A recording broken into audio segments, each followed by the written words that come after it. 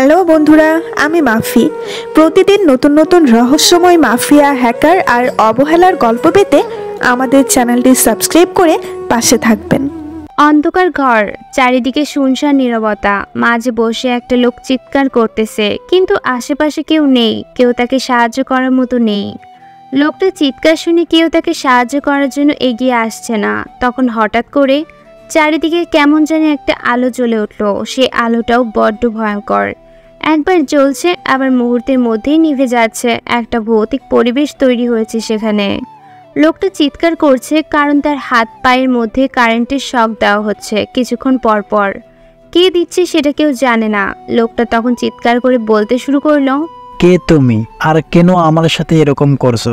যদি আমাকে মেরে ফেলার হয় তাহলে আমাকে মেরে ফেলো, তবু কষ্ট দিও না। কিন্তু ওপাশ থেকে একটা ভয়ঙ্কর হাসির আওয়াজ আসলো। সেই হাসি শুনে লোকটা মুখ বন্ধ করে ফেললো, কারণ বড্ড ভয়ঙ্কর হাসি। এই শোনার পর কোনো মানুষের স্বাভাবিকভাবে দাঁড়িয়ে থাকা সম্ভব না। তখন পেছন থেকে কেউ তার কাঁধে হাত রাখলো। তখন পিছন ফিরে তাকানো লোকটা। এই লোক কোনো সাধারণ কেউ না, এই শহরের সবচেয়ে বড় ব্যবসায়ীদের মধ্যে একজন, আরিফ চৌধুরী।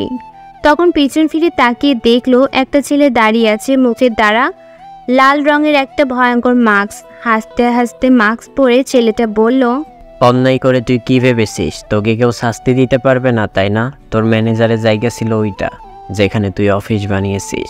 সে প্রতিবাদ করার কারণে তার নিষ্পাপ মেয়েটাকে ধর্ষণ করে মেরে ফেলেছিস। তার স্ত্রী পুলিশের কাছে কমপ্লেন করেছিল বলে তুই তাকেও মেরে ফেলেছিস। কিন্তু তুই জানিস না তুই কত বড় ভুল করেছিস। সেটার শাস্তি তোকে এখন পেতে হবে। দয়া করে আমাকে ছেড়ে দাও। আমি আর কোনোদিন এরকম কোনো কাজ করব না। আমি জানি আমি অনেক বড় ভুল কাজ করে ফেলেছি, আর কোনোদিনও এরকম কাজ করব না। আমার কাছে কোনো ক্ষমা বলতে শব্দ নেই। আমি কাউকে ক্ষমা করি না। আমি যাকে একবার ধরে ফেলি তার মৃত্যু নিশ্চিত হয়ে যায়। তাই তোর মৃত্যু নিশ্চিত, এখন তোকে মরতেই হবে। আমি লোভে পড়ে গিয়েছিলাম, সেজন্য এরকম কাজ করে ফেলেছি, আর কোনোদিনও এরকম কাজ করব না। এবারের মতো আমাকে ছেড়ে দাও, কথা দিচ্ছি এরকম অনাহাই আর জীবনে করব না। তুমি চাইলে আমার সব সম্পত্তি নিয়ে নিতে পারো, এরপরেও আমাকে ছেড়ে দাও। আমি তোর সম্পত্তির লোভী না। যদি তোর সম্পত্তি আমার প্রয়োজন হতো তাহলে আমি তোকে এখানে এইভাবে ধরে নিয়ে আসতাম না। তোকে ওখানেই শেষ করে দিতাম, এরপর তোর সব কিছু দখল করে নিতাম। কিন্তু তোকে আমি মারবো না, কারণ ওই লোকটা কান্না করছিল, আমি সব দেখেছিলাম। সেই লোক আমার কাছে এসে সব কিছু বলেছে, পুলিশের কাছেও গিয়েছিল, কিন্তু তুই পুলিশকে টাকা দিয়ে আগ থেকে সব ম্যানেজ করছিলি, সেজন্য পুলিশও এর বিচার করেনি। এখন আমি তোর বিচার করব, এমন বিচার করব যেটা তুই কল্পনাতেও ভাবতে পারিস নে। ছেলেটা হাসতে শুরু করলো। আর আরিফ চৌধুরী কান্না করতে করতে ছেলেটার কাছে ক্ষমা চাচ্ছে। কিন্তু ছেলেটা তাকে টানতে টানতে সামনে নিয়ে গেল। সামনে আগুনের মধ্যে গরম তেল টকবক করে ফুটছে। তখন এটা দেখার পর আরিফ চৌধুরী চিৎকার করে কান্না করতে শুরু করলো। কিন্তু ছেলেটার মনে একটুও দয়া হলো না। চেয়ার সহ তাকে বাঁধা অবস্থায় ফেলে দিল ওই তেলের মধ্যে। তেলের মধ্যে পড়তে আরিফ চৌধুরীর শরীর তেলের মধ্যে মিলিয়ে গেল। ছেলেটা তখনও হাসতে হাসতে বলল, আমার কাছে যারা অন্যায় করে তাদের কোনো ক্ষমা নেই। অন্যায়কারীদের শাস্তি পেতেই হবে, এরকম ভয়ঙ্কর শাস্তি পাবে। তারা তোকে মেরেছে, এখন থেকে এইটা দেখে সবাই শিক্ষা নিয়ে নিবে। আগামীতে এরকম কোনো কাজ করার চেষ্টাও করবে না। যদি করে তাহলে এই রকমই ভয়ঙ্কর শাস্তি পেতে হবে। পরের দিন পুরো দেশে এই সংবাদটা ছড়িয়ে পড়ল, কিন্তু কেউ সেই অপরাধীকে খুঁজে পাচ্ছিল না। কে আরিফকে মারল? তখন পুলিশের কাছে একটা অডিও বার্তা চলে গেল, যেখানে আরিফ চৌধুরী সব কিছু স্বীকার করেছে। যখন তারা এটা দেখলো তখন তারা এই কেসের কাজটা বন্ধ করে দিল, কারণ আরিফ চৌধুরী নিজে পাপের শাস্তি পেয়েছে। কে তাকে মারলো সেই ব্যাপারে কেউ জানে না। ওদিকে সিএস ভার্সিটি অর্থাৎ সেন্ট্রাল সায়েন্স ইউনিভার্সিটিতে দীপ্ত চৌধুরী নিশা চৌধুরীর হাত চেপে ধরে আছে। তখন নিশা কান্না করতে করতে বলল, ভাইয়া ব্যথা পাচ্ছি তো। এই তোর সাথে নীলের এত কিসের কথা? তোকে আমি বলেছি না তুই ওর থেকে দূরে থাকবি? এর পরও কেন তুই ওর সাথে কথা বললি? সরি ভাইয়া, আমার ভুল হয়ে গেছে। নীল ভাইয়া আমাকে ডাকছিলেন, সেই জন্য আমি ওনার কাছে গিয়েছিলাম। আমি তোকে একটা কথা নিষেধ করলে এটা তুই বুঝতে পারিস না? আমি কি তোর খারাপ চাই? তোর কি মনে হয় আমি কি তোর ক্ষতি করার চেষ্টা করছি? তুমি এরকম করে কথা বলছো কেন? আমি বলেছি না আমার ভুল হয়ে গেছে। আমি তো ইচ্ছে করে ওনার সাথে কথা বলিনি। আর উনি তো আমার সাথে কোনো খারাপ ব্যবহার করেনি, আমার পড়াশোনার ব্যাপারেই খোঁজ নিয়েছিলেন। আমি তোকে এত কথা বলার জন্য বলিনি। আমি শুধু বলেছি তুই ওর সাথে কথা বলবি না। আমি তোর পড়ানোর জন্য আছি, তুই কেন ওর কাছে গিয়ে পড়াশোনার ব্যাপারে কথা বলবি? ভাইয়া ঠিক আছে, আর কথা বলবো না, সরি। ঠিক আছে, এখন বাসায় যাবি। বাসায় গিয়ে পড়তে বসবি। যদি বাড্রামি করার চেষ্টা করিস তাহলে কিন্তু। আচ্ছা ঠিক আছে ভাইয়া, কিন্তু আমি তো চকলেট খাবো। যা, বাসায় যা। এখনো কি বাচ্চা আছিস নাকি? নিশা মন খারাপ করে বাড়ি চলে এলো। দীপ্ত তার সাথে কেন এরকম ব্যবহার করলো সে খুঁজে পাচ্ছে না। ওদিকে নিশা যাওয়া মাত্রই দীপ্ত ভার্সিটির ভিতর চলে গেল। ভিতরে গিয়ে ফাহাদকে ডেকে নিয়ে আসলো। ফাহাদ এমনিতেই ভয়ে আছে, দীপ্ত ডাকছে। এটা শোনার পর আরো বেশি ভয় পেয়ে গেল, কারণ আজকে নীল নিশার সাথে কথা বলে ফেলেছে। ফাহাদ সামনে আসতেই দীপ্ত জোর গলায় বলল, ফাহাদ, আমি তোকে বলেছিলাম নিশার ব্যাপারে খোঁজ খবর করার জন্য, কিন্তু তুই কোথায় ছিলি? নিশা তোকে ডেকে নিয়ে গিয়ে নীলের কথা বলছিল। নীলকে আমি ভালো করেই চিনি। ও যাকে টার্গেট করে তার সাথে কথা বলে। আমি চাই না আমার নিশার ওপর কারো নজর পড়ুক। দোস্ত, আমি জানিও না নিশা ওর সাথে কথা বলেছে। হঠাৎ করে নীলকে ডেকে নিয়ে যাবে এটা আমি বুঝতে পারিনি। আর তোকে এই ব্যাপারে একটা ইনফরমেশন তোকে জানানোর জন্য আমি তোকে খুঁজছিলাম। আজকে সন্ধ্যার পর নীল আবারও কয়েকটা মেয়েকে পাচার করবে। কি বলছিস দোস্ত? এই ব্যাপারে তো আমি কিছু জানি না। কোন দিক দিয়ে? দোস্ত, বাংলাদেশের উত্তর পূর্ব সীমান্তবর্তী এলাকাতে তারা মেয়েগুলোকে পাচার করবে। তাই যে করেই হোক ওদের ব্যাপারে পুলিশকে জানাতে হবে। এরা যদি এইভাবে নিরীহ মেয়েগুলোর উপরে অত্যাচার করতে থাকে তাহলে তো মানুষ ভয়ে নিজেদের মেয়েকে পড়াশোনা করানো বন্ধ করে দিবে। আমি বুঝতে পারছি দোস্ত, তোকে কোনো চিন্তা করতে হবে না। তুই এক কাজ করবি, তুই নিশার ওপর নজর রাখবি যাতে নীল ওর ওপর নজর না দিতে পারে। আমি নীলকে ভালো করেই চিনি। তুই কোনো চিন্তা করিস না, আমি নীল আর নিশার উপরে আজ থেকে নজর রাখবো। এদিকে দীপ্ত রাগ করে চলে আসলো বাসায়। বাসায় আসার পর নিশাকে ডাকতে শুরু করলো। দীপ্ত তার বাড়ির একমাত্র ছেলে, তার বাবা শহরের সবচেয়ে নামকরা ব্যবসায়ী। তিনি অনেক বেশি আশা করে বসে আছেন। দীপ্তের ভবিষ্যতের ব্যাপারে তার একটা ছোট্ট বোন আছে, নীলা। নিশা দীপ্তের চাচাতো বোন। তার চাচা চাচি দুজনেই নিশাকে ছোট রেখে একটা রোড অ্যাক্সিডেন্টে মারা যায়। এরপর থেকে নিশাকে দীপ্তের বাবা মার কাছেই থাকতে হচ্ছে। তারাও নিজের মেয়ের থেকে কোনো অংশে কম দেখেননি নিশাকে। তারা অনেক আগ থেকেই নিশাকে দীপ্তের বউ বানাবেন ঠিক করে রেখেছেন, কিন্তু তারা নিশাকে বিষয়টা জানাননি, কারণ নিশা এখন পড়াশোনা করছে। তার পড়াশোনার আগে শেষ করতে হোক। দীপ্ত নিশাকে ডাকছিল, সেই জন্য নিশা তাড়াতাড়ি নিচে চলে আসে। নিচে এসে দীপ্তের সামনে দাঁড়ায়। দীপ্ত তখন ধমকের সুরে তাকে বলে, এতক্ষণ লাগে নিচে আসতে? আমি তোকে কতক্ষণ ধরে ডাকছি। সরি ভাইয়া, আসলে পড়ছিলাম।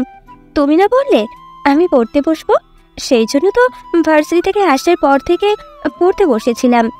আচ্ছা ঠিক আছে, তুই চাইছিলি না চকলেট? এই নে চকলেট, তুই একা খাবি না।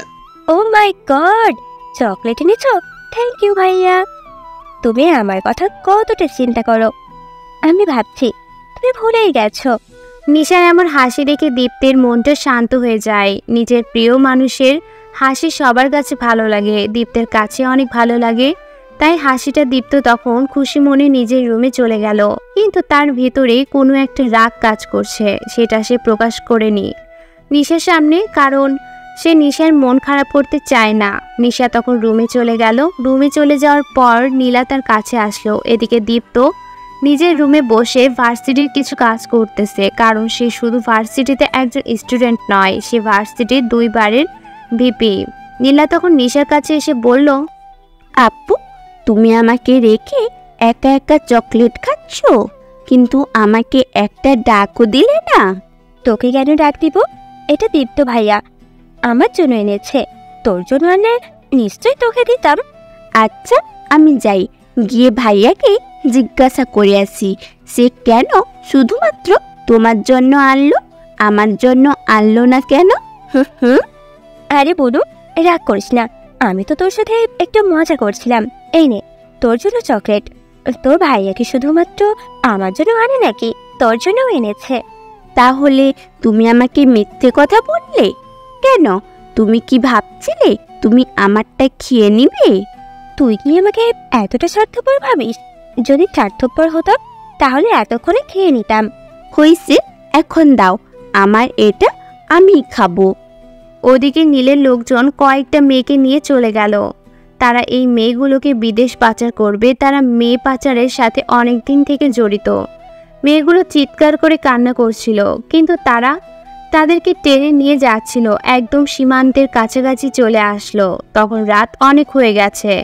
তারা ভেবেছিল কোনো সমস্যা হবে না, তাদের সাথে আইনের লোকদের কন্ট্যাক্ট আছে, তাই তাদেরকে আটকানোর মতো কেউ নেই।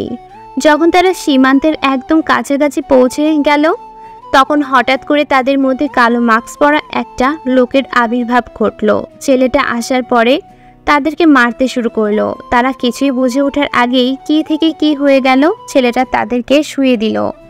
এরপর তাদের যে লিডার ছিল তার কাছে গেল, এরপর বলল, মেয়েগুলোকে বিদেশে পাচার করার জন্য এখানে নিয়ে এসেছিস? দেখি তোর কত বড় সাহস। এই মেয়েগুলোকে পাচার করিস কিভাবে? আমি দাঁড়িয়ে আছি, দেখি তুই পাচার কর। আমাকে ক্ষমা করে দাও, আমি আর কোনোদিন এরকম কাজ করব না। আমাকে টাকা দেওয়া হয়েছিল এই কাজ করার জন্য, না হলে আমি এই কাজ কোনোদিনও করতাম না। আমি অনেক বড় একটা ভুল করে ফেলেছি, আর কোনোদিন এরকম কাজ করব না। ক্ষমা? তাও আবার তোদেরকে? তোরা আমাকে হাসালি। তোদের মতন জঘন্য মানুষকে আমি ক্ষমা করি, তাহলে সৃষ্টিকর্তাও আমাকে ক্ষমা করবে না। তোদের একটাই শাস্তি, মৃত্যু। তবে এভাবে তোদেরকে মারবো না, তোদের এত ভয়ঙ্কর ভাবে মারবো যেটা তোরা কল্পনাও করতে পারবি না। তোর নাম কি, আর তুই কি কাজ করিস তাড়াতাড়ি বল। ভাই, আমার নাম তৌফিক। আমি নীলের সাথে অনেক দিন ধরেই কাজ করি। আমি এই কাজ কোনোদিন করতে চাইছিলাম না, কিন্তু নীল আমাকে এই কাজ করতে বাধ্য করেছে, টাকার লোভ দেখিয়েছে। এজন্যই আমি টাকার লোভে পড়ে এই কাজ করতে গিয়েছিলাম। আমাকে ক্ষমা করে দেন, আমি আর কোনোদিন এরকম কাজ করব না। তোর ক্ষমা দরকার তাই না? চল, তোকে ক্ষমা করে দিব। বলে অপরিচিত ছেলেটা তৌফিককে টানতে টানতে নিয়ে গেল উপরের দিকে পাহাড়ের একটা গর্ত। সেখানে গিয়ে ছেলেটার হাতে পায়ে ধারালো ব্লেড দিয়ে আঘাত করতে শুরু করলো। ছেলেটার মুখের ওপর ধারালো ব্লেডের আঘাত, প্রতিটা আঘাতেই ছেলেটা পৃথিবী কাঁপানো আর্তনাদ করছিল। ওই অপরিচিত ছেলেটা তৌফিকের চোখের উপর ব্লেড দিয়ে আঘাত করলো। সুযোগ বুঝে ছেলেটার হাত থেকে তৌফিক পালিয়ে গেল। তবে পালিয়ে গেল নাকি ওই ছেলেটা তাকে ছেড়ে দিল এটা কেউ জানে না। তৌফিক দৌড়াতে শুরু করলো। পিছন থেকে সে অপরিচিত ছেলেটা চিৎকার করে হাসতে শুরু করলো আর বলতে শুরু করলো, তোর জীবন আর মাত্র 10 মিনিট। 10 মিনিট পরে তুই এই পৃথিবীর মায়া ত্যাগ করে চলে যাবি। তোরা কি ভেবেছিলি এইরকম নিরীহ মেয়েগুলোকে পাচার করে দিবি, তাই না? তো যতদিন আমি বেঁচে আছি ততদিন এটা করতে পারবি না। সেই ছেলেটা কতক্ষণ দৌড়ালো। দৌড়াতে দৌড়াতে হঠাৎ করে সে বুঝতে পারলো তার শরীর অবশ্যই আসছে, কারণ ওই ব্লেডের মধ্যে বিষ লাগানো ছিল। তাকে এমনভাবে আঘাত করা হয়েছে যাতে বিষ একদম ভিতরে চলে যায়। এত ভয়ঙ্করভাবে কোনো মানুষকে মারা হয় এটা হয়তো কেউ পারে না। ছেলেটা চিৎকার করে কান্না করতে শুরু করলো আর মাটিতে লুটিয়ে পড়লো। কিছুক্ষণের মধ্যেই সে মারা গেল। সে অপরিচিত লোকটা মেয়েগুলোর দিকে এগিয়ে আসলো এবং বলল, তোমরা সবাই তো সিএস ভার্সিটিতে পড়ো, তোমাদের পরিচয় দাও। আমি তোমাদের সবাইকে তোমাদের বাসায় পৌঁছানোর ব্যবস্থা করব। চিন্তা করো না, আমি ওদেরকে যেভাবে মেরেছি তোমাদেরকে সেভাবে মারবো না। আমি তোমাদেরকে বাঁচানোর জন্য এখানে নিয়ে এসেছি, তাই তোমরা এখন নিশ্চিন্তে থাকতে পারো। আমি তোমাদেরকে তোমাদের বাসায় পৌঁছে দেওয়ার ব্যবস্থা করতে পারবো। তখন মেয়েগুলো লোকটার দিকে তাকালো, কিন্তু চিনতে পারলো না, কারণ লোকটার পুরো মুখে কালো মাস্ক ছিল, যে কারণে লোকটার মুখ দেখা যাচ্ছিল না। তারা তখন কান্না করতে শুরু করলো। কেউ মৃত্যুর মুখ থেকে বেরিয়ে আসলে কিরকম অনুভূতি হয় সেটা হয়তো বলে বোঝানো সম্ভব না, এটা শুধু অনুভব করতে হয়। এরকম পরিস্থিতিতে মানুষ নিজেকে চিন্তা শক্তি হারিয়ে ফেলে। সেই মুহূর্তে যদি কেউ তাদেরকে সহযোগিতা করে তাহলে সেটা তাদের কাছে স্বর্গ, সুখের মতো মনে হয়। তখন একটা মেয়ে কান্না করতে করতে বলল, আপনাকে কি বলে যে ধন্যবাদ দিব, আপনাকে আমরা চিনতে পারছি না। আপনি যদি আপনার পরিচয়টা দিতেন। তাহলে অনেক ভালো হতো। আমাদের জীবন বাঁচিয়েছেন, আপনার প্রতি আমরা চিরকৃতজ্ঞ। আমার প্রতি কৃতজ্ঞতা প্রকাশ করতে হবে না, এটা আমার একটা দায়িত্ব। আর আমার পরিচয় জেনে তোমাদের কোনো লাভ নেই। তোমরা তোমাদের নিজেদের পরিচয় দাও। আমি তোমাদের বাসায় পৌঁছানোর ব্যবস্থা করছি। এখন তাড়াতাড়ি তোমাদের বাসায় যেতে হবে। তোমাদের বাড়ির লোক হয়তো তোমাদেরকে পাগলের মতন খুঁজতেছে। মেয়েগুলো আর কোনো কথা বলল না, কারণ লোকটা তার নিজের পরিচয় প্রকাশ করতে চাইছে না। তখন তারা সবাই নিজেদের পরিচয় এবং তাদের ঠিকানা বলে দিল। তখন তাদেরকে নিয়ে যাওয়া হলো রোডের দিকে। সেখানে একটা গাড়ি দাঁড় করানো ছিল। সেই অপরিচিত লোকটা ড্রাইভারকে তাদের ঠিকানা, নাম এবং সবকিছু একটা কাগজে লিখে দিয়ে বলল, এখানে তাদের প্রত্যেকের নাম ঠিকানা লেখা আছে। তুমি ওদের প্রত্যেকের বাসার সামনে গিয়ে তাদেরকে নামিয়ে দিয়ে আসবে। ভুলেও যেন কোনো ভুল না হয়, কারণ তাদের জীবনে এমনিতেই ঝুঁকির মুখে ছিল। তাদের উপর আবার আক্রমণ হতে পারে, তাই তুমি খুব সাবধানে তাদেরকে পৌঁছে দিয়ে আসবে। এখন যাও তাড়াতাড়ি। গাড়িটা চলে গেলে মেয়েগুলো যেন নিজেদের জীবন আবার ফিরে পেল। তাদের মধ্যে কি অনুভূতি হচ্ছে সেটা হয়তো তারা কাউকেই বলে বোঝাতে পারবে না। এই মুহূর্তটা মানুষের জীবনে কতটা ইফেক্ট ফেলে সেটা একমাত্র সেই মানুষ জানতে পারবে যে একবার মৃত্যুর মুখোমুখি হয়েছে।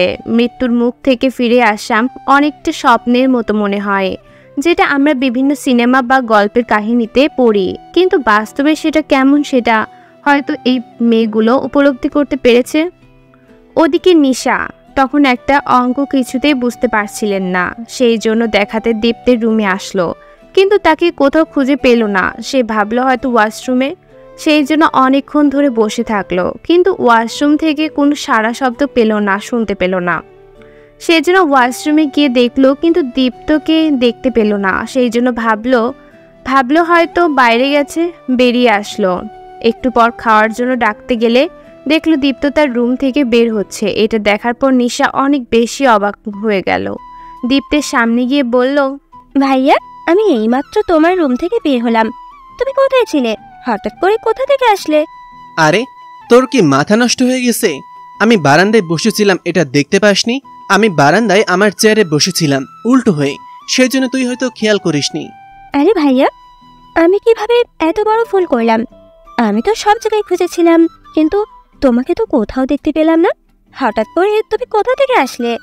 ঘুমিয়ে ঘুমিয়ে হাঁটলে কি কোনো কিছু পাওয়া যায়? পড়া বসে গিয়েছিলি নাকি ঘুমাতে গিয়েছিলি সেটা আমি খুব ভালো করেই জানি। আমি দেখেছিলাম তুই ঘুমিয়ে ঘুমিয়ে হাঁটছিলি, তাই ভাবলাম হয়তো তোর অনেক ঘুম পেয়েছে, তাই ফিরে আসতে গেলেও জিজ্ঞাসা করিনি।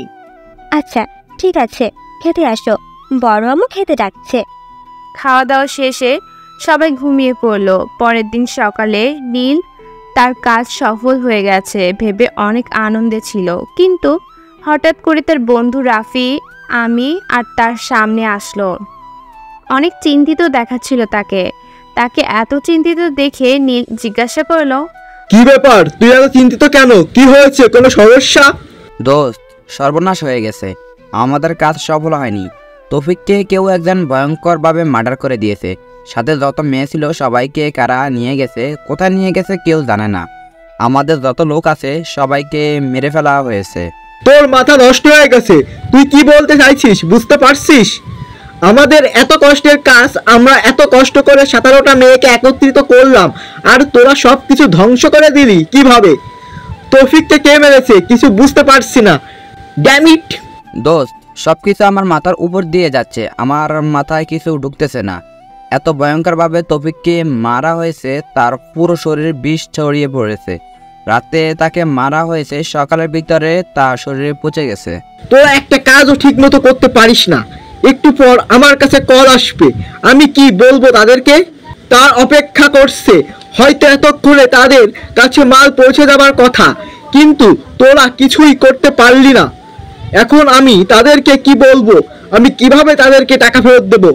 আমার মনে হচ্ছে এসবের পিছনে কোনো না কোনোভাবে দীপন্ত জড়িয়ে আছে, কারণ দীপন্ত ছাড়া আমাদের বর্তমানে কোনো শত্রু নেই। না, আমার মনে হয় না দীপ্ত এসবের সাথে জড়িত আছে, কারণ দীপ্ত আমাদের এই ব্যাপারে কিছুই জানে না। আর যদিও জানে থাকে, তবুও দীপ্ত একা এসব করতে পারবে না। অন্য কেউ আছে যে আমাদের ক্ষতি করার চেষ্টা করেছে। কিন্তু তোর সামনে তো ভার্সিটির নির্বাচন, তুই কি করবি? গতবারও ফেল করেছিস, এবার কিন্তু ফেল করলে চলবে না। দীপ্তকে হারাতে হবে না, তাহলে ভার্সিটিতে আমাদের পাওয়ার চলবে না। এটাই তো আমিও চিন্তা করছি, কিন্তু তাদের দুর্বল করা অসম্ভব। বর্তমানে ওকে সবাই অনেক পছন্দ করে, ওকে শেষ করা আমার পক্ষে সম্ভব নয়। তাই আমাকে অন্য কোনো পন্থায় ওকে আটকাতে হবে। যদি দীপ্ত না থাকে তাহলে আমি নিশ্চয়ই নির্বাচনে জয়লাভ করব, কিন্তু দীপ্ত যতদিন আছে ততদিন আমি কিছুতেই কিছু করতে পারবো না। তাই তাকে আগে সরিয়ে দিতে হবে। কিন্তু দীপ্ত কি এমনি এমনি ছেড়ে দিবে? ওকে সরানো অসম্ভব। ওকে সব ছাত্রছাত্রীরা পছন্দ করে, সবার কাছে তার মর্যাদাও আছে। হঠাৎ আমরা অ্যাটাক করলে ওকে দুর্বল করা অসম্ভব। তোকে এসব ব্যাপারে কোনো চিন্তা করতে হবে না, আমি ওর সবচেয়ে দুর্বল জায়গায় চিনি। ওকে ওই জায়গায় অ্যাটাক করব, এতে করে দীপ্ত ধ্বংস হয়ে যাবে। দীপ্ত নিজে থেকেই সবকিছু থেকে সরে যাবে, কাউকে কিছু করতে হবে না। দোস্ত, তুই কি করতে চাইছিস? আমি তো কিছুই বুঝতে পারছি না।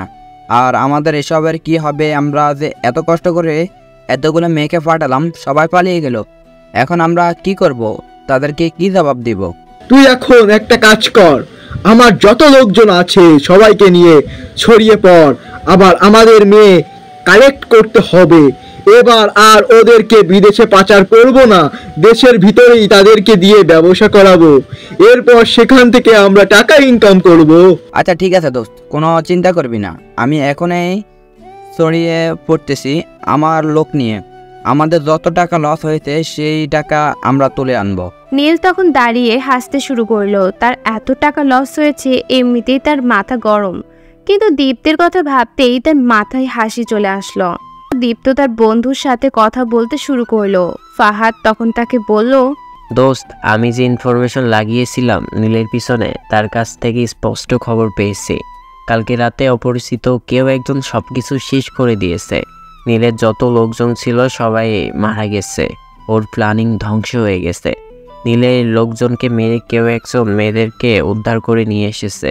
তাহলে তো ভালোই হলো, আমাদের কিছু করতে হবে না। আমরা এতক্ষণ চিন্তায় ছিলাম এই ব্যাপারটা নিয়ে, পুলিশের কাছে কিভাবে যাব। তার অনেক দিক দিয়ে সট্টু, কে কোন দিকে কাকে কাজে লাগিয়ে রেখেছে কে জানে।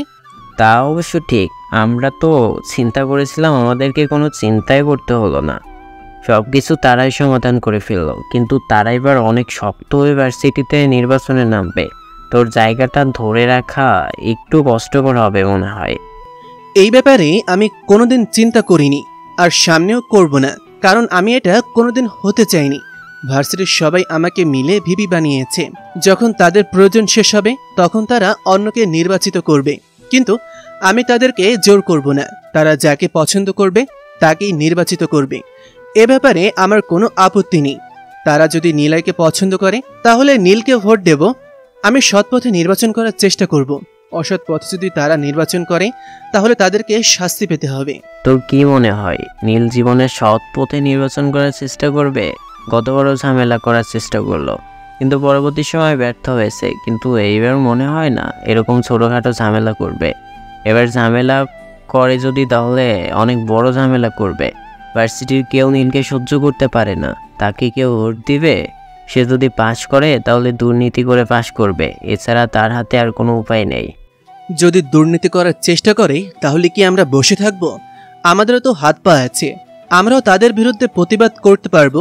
তুই এইসব ব্যাপারে কোনো চিন্তা করবি না। এখন ক্লাসের সময় হয়ে গেছে, আগে পড়াশোনায় মনোযোগ দে। এসব নির্বাচন দিয়ে কি হবে? এরপর তারা দুজন ক্লাসে চলে গেল। তবে আসার সময় নিশাকে নিয়ে এসেছিল। তার প্রতিটি একটা কাজ নিজের গাড়িতে করে নিয়ে আসে নিশাকে এবং নীলাকে। নীলাকে নিজের স্কুলে নামিয়ে দিয়ে নিশাকে নিয়ে চলে আসে ভার্সিটিতে। নিশা এবার অনার্স প্রথম বর্ষে ভর্তি হয়েছে, আর দীপ্ত ফাইনাল ইয়ারে। নিশা তখন ক্লাস করে বাইরে বের হয়ে আসলো। তার ক্লাস শেষ হয়ে গেছে তাড়াতাড়ি। তখন তারা দুই বান্ধবী বের হচ্ছিল। তার বান্ধবী রিয়া তখন তার দিকে তাকিয়ে বলল, দোস্ত চল ফুচকা খেয়ে আসি। তোর কি বলিস? যদি ভাইয়া বের হয়ে যায় তাহলে আমাকে দেখলে বকবে। আমাকে বলেছে অপেক্ষা করার জন্য। আরে কিচ্ছু হবে না, আমি দীপ্ত ভাইয়াকে বলবো আমি তোকে নিয়ে গিয়েছিলাম, তুই আমার সাথে চল। আর অনার্স ফাইনাল ইয়ারের ক্লাস শেষ হতে এখনো প্রায় 20 মিনিট বাকি, 20 মিনিটের ভিতরে আমরা চলে আসব। এরপর তারা দুজন চলে গেলে ফুচকা খেতে। কিন্তু যখন ফুচকা খাচ্ছিল তখন হঠাৎ করে নিশার চোখ পড়লো সামনে একটা ছেলের দিকে। ছেলেটা একটা অন্ধ মানুষকে রাস্তা পার করে দিচ্ছে।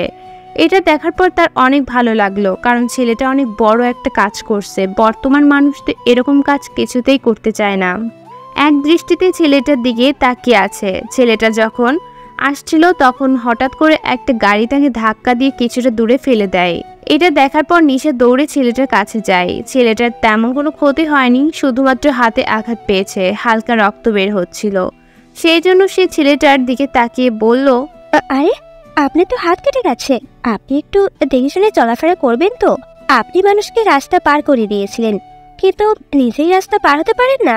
ছেলেটা তখন তার দিকে তাকালো, মাথা নিচু করে। ছেলেটার ব্যবহার দেখে তার কাছে অনেক ভালো লাগলো, কারণ সে কোনো প্রতিবাদ করলো না, তার কথা মাথা নিচু করে মেনে নিল। তখন নিশা আবার বলল, দেখি আপনার হাতটা অনেক কেটে গেছে। বলেই সে নিজের ওড়নার একটা অংশ ছিঁড়ে ছেলেটার হাতে বেঁধে দিতে চাইলো, কারণ ছেলেটা অনেক ভালো একটা কাজ করছিল। এরকম মানুষকে সহযোগিতা করতে পারাটাও ভাগ্যের বিষয়, সেই জন্য সে সহযোগিতা করছিল। যখনই সে ছেলেটার হাতে কাপড়টা বাঁধতে যাবে তখন তার কাঁধে কেউ একজন হাত দিলে সে পিছন ফিরে তাকালো, দেখলো দীপ্ত দাঁড়িয়ে আছে, তার চোখ দিয়ে আগুন ঝরে পড়ছে। এটা দেখার পর নিশা কিছুটা হতভম্ব হয়ে গেল, কিন্তু কি করবে কিছুই খুঁজে পাচ্ছিল না। তখন দীপ্ত বলল, আমি তোকে ভার্সিটির ভেতর অপেক্ষা করতে বলেছিলাম, তুই বাইরে আসলি কেন? আর এখানে এসব কি হচ্ছে? আসলে ভাইয়া, উনি রাস্তা পার হতে গিয়ে পড়ে গিয়েছিলেন, হাত কেটে গেছে, সেই জন্য আমি ওনার হাতে এই কাপড়টা বেঁধে দিতে চেয়েছিলাম। অনেক রক্ত পড়েছে, দেখেছো? আমার হাতে দে, আমি এটা বেঁধে দিব। বলেই দীপ্ত টান দিয়ে নিশার হাত থেকে কাপড়ের টুকরাটা নিল আর ছেলেটার হাতে বেঁধে দিল।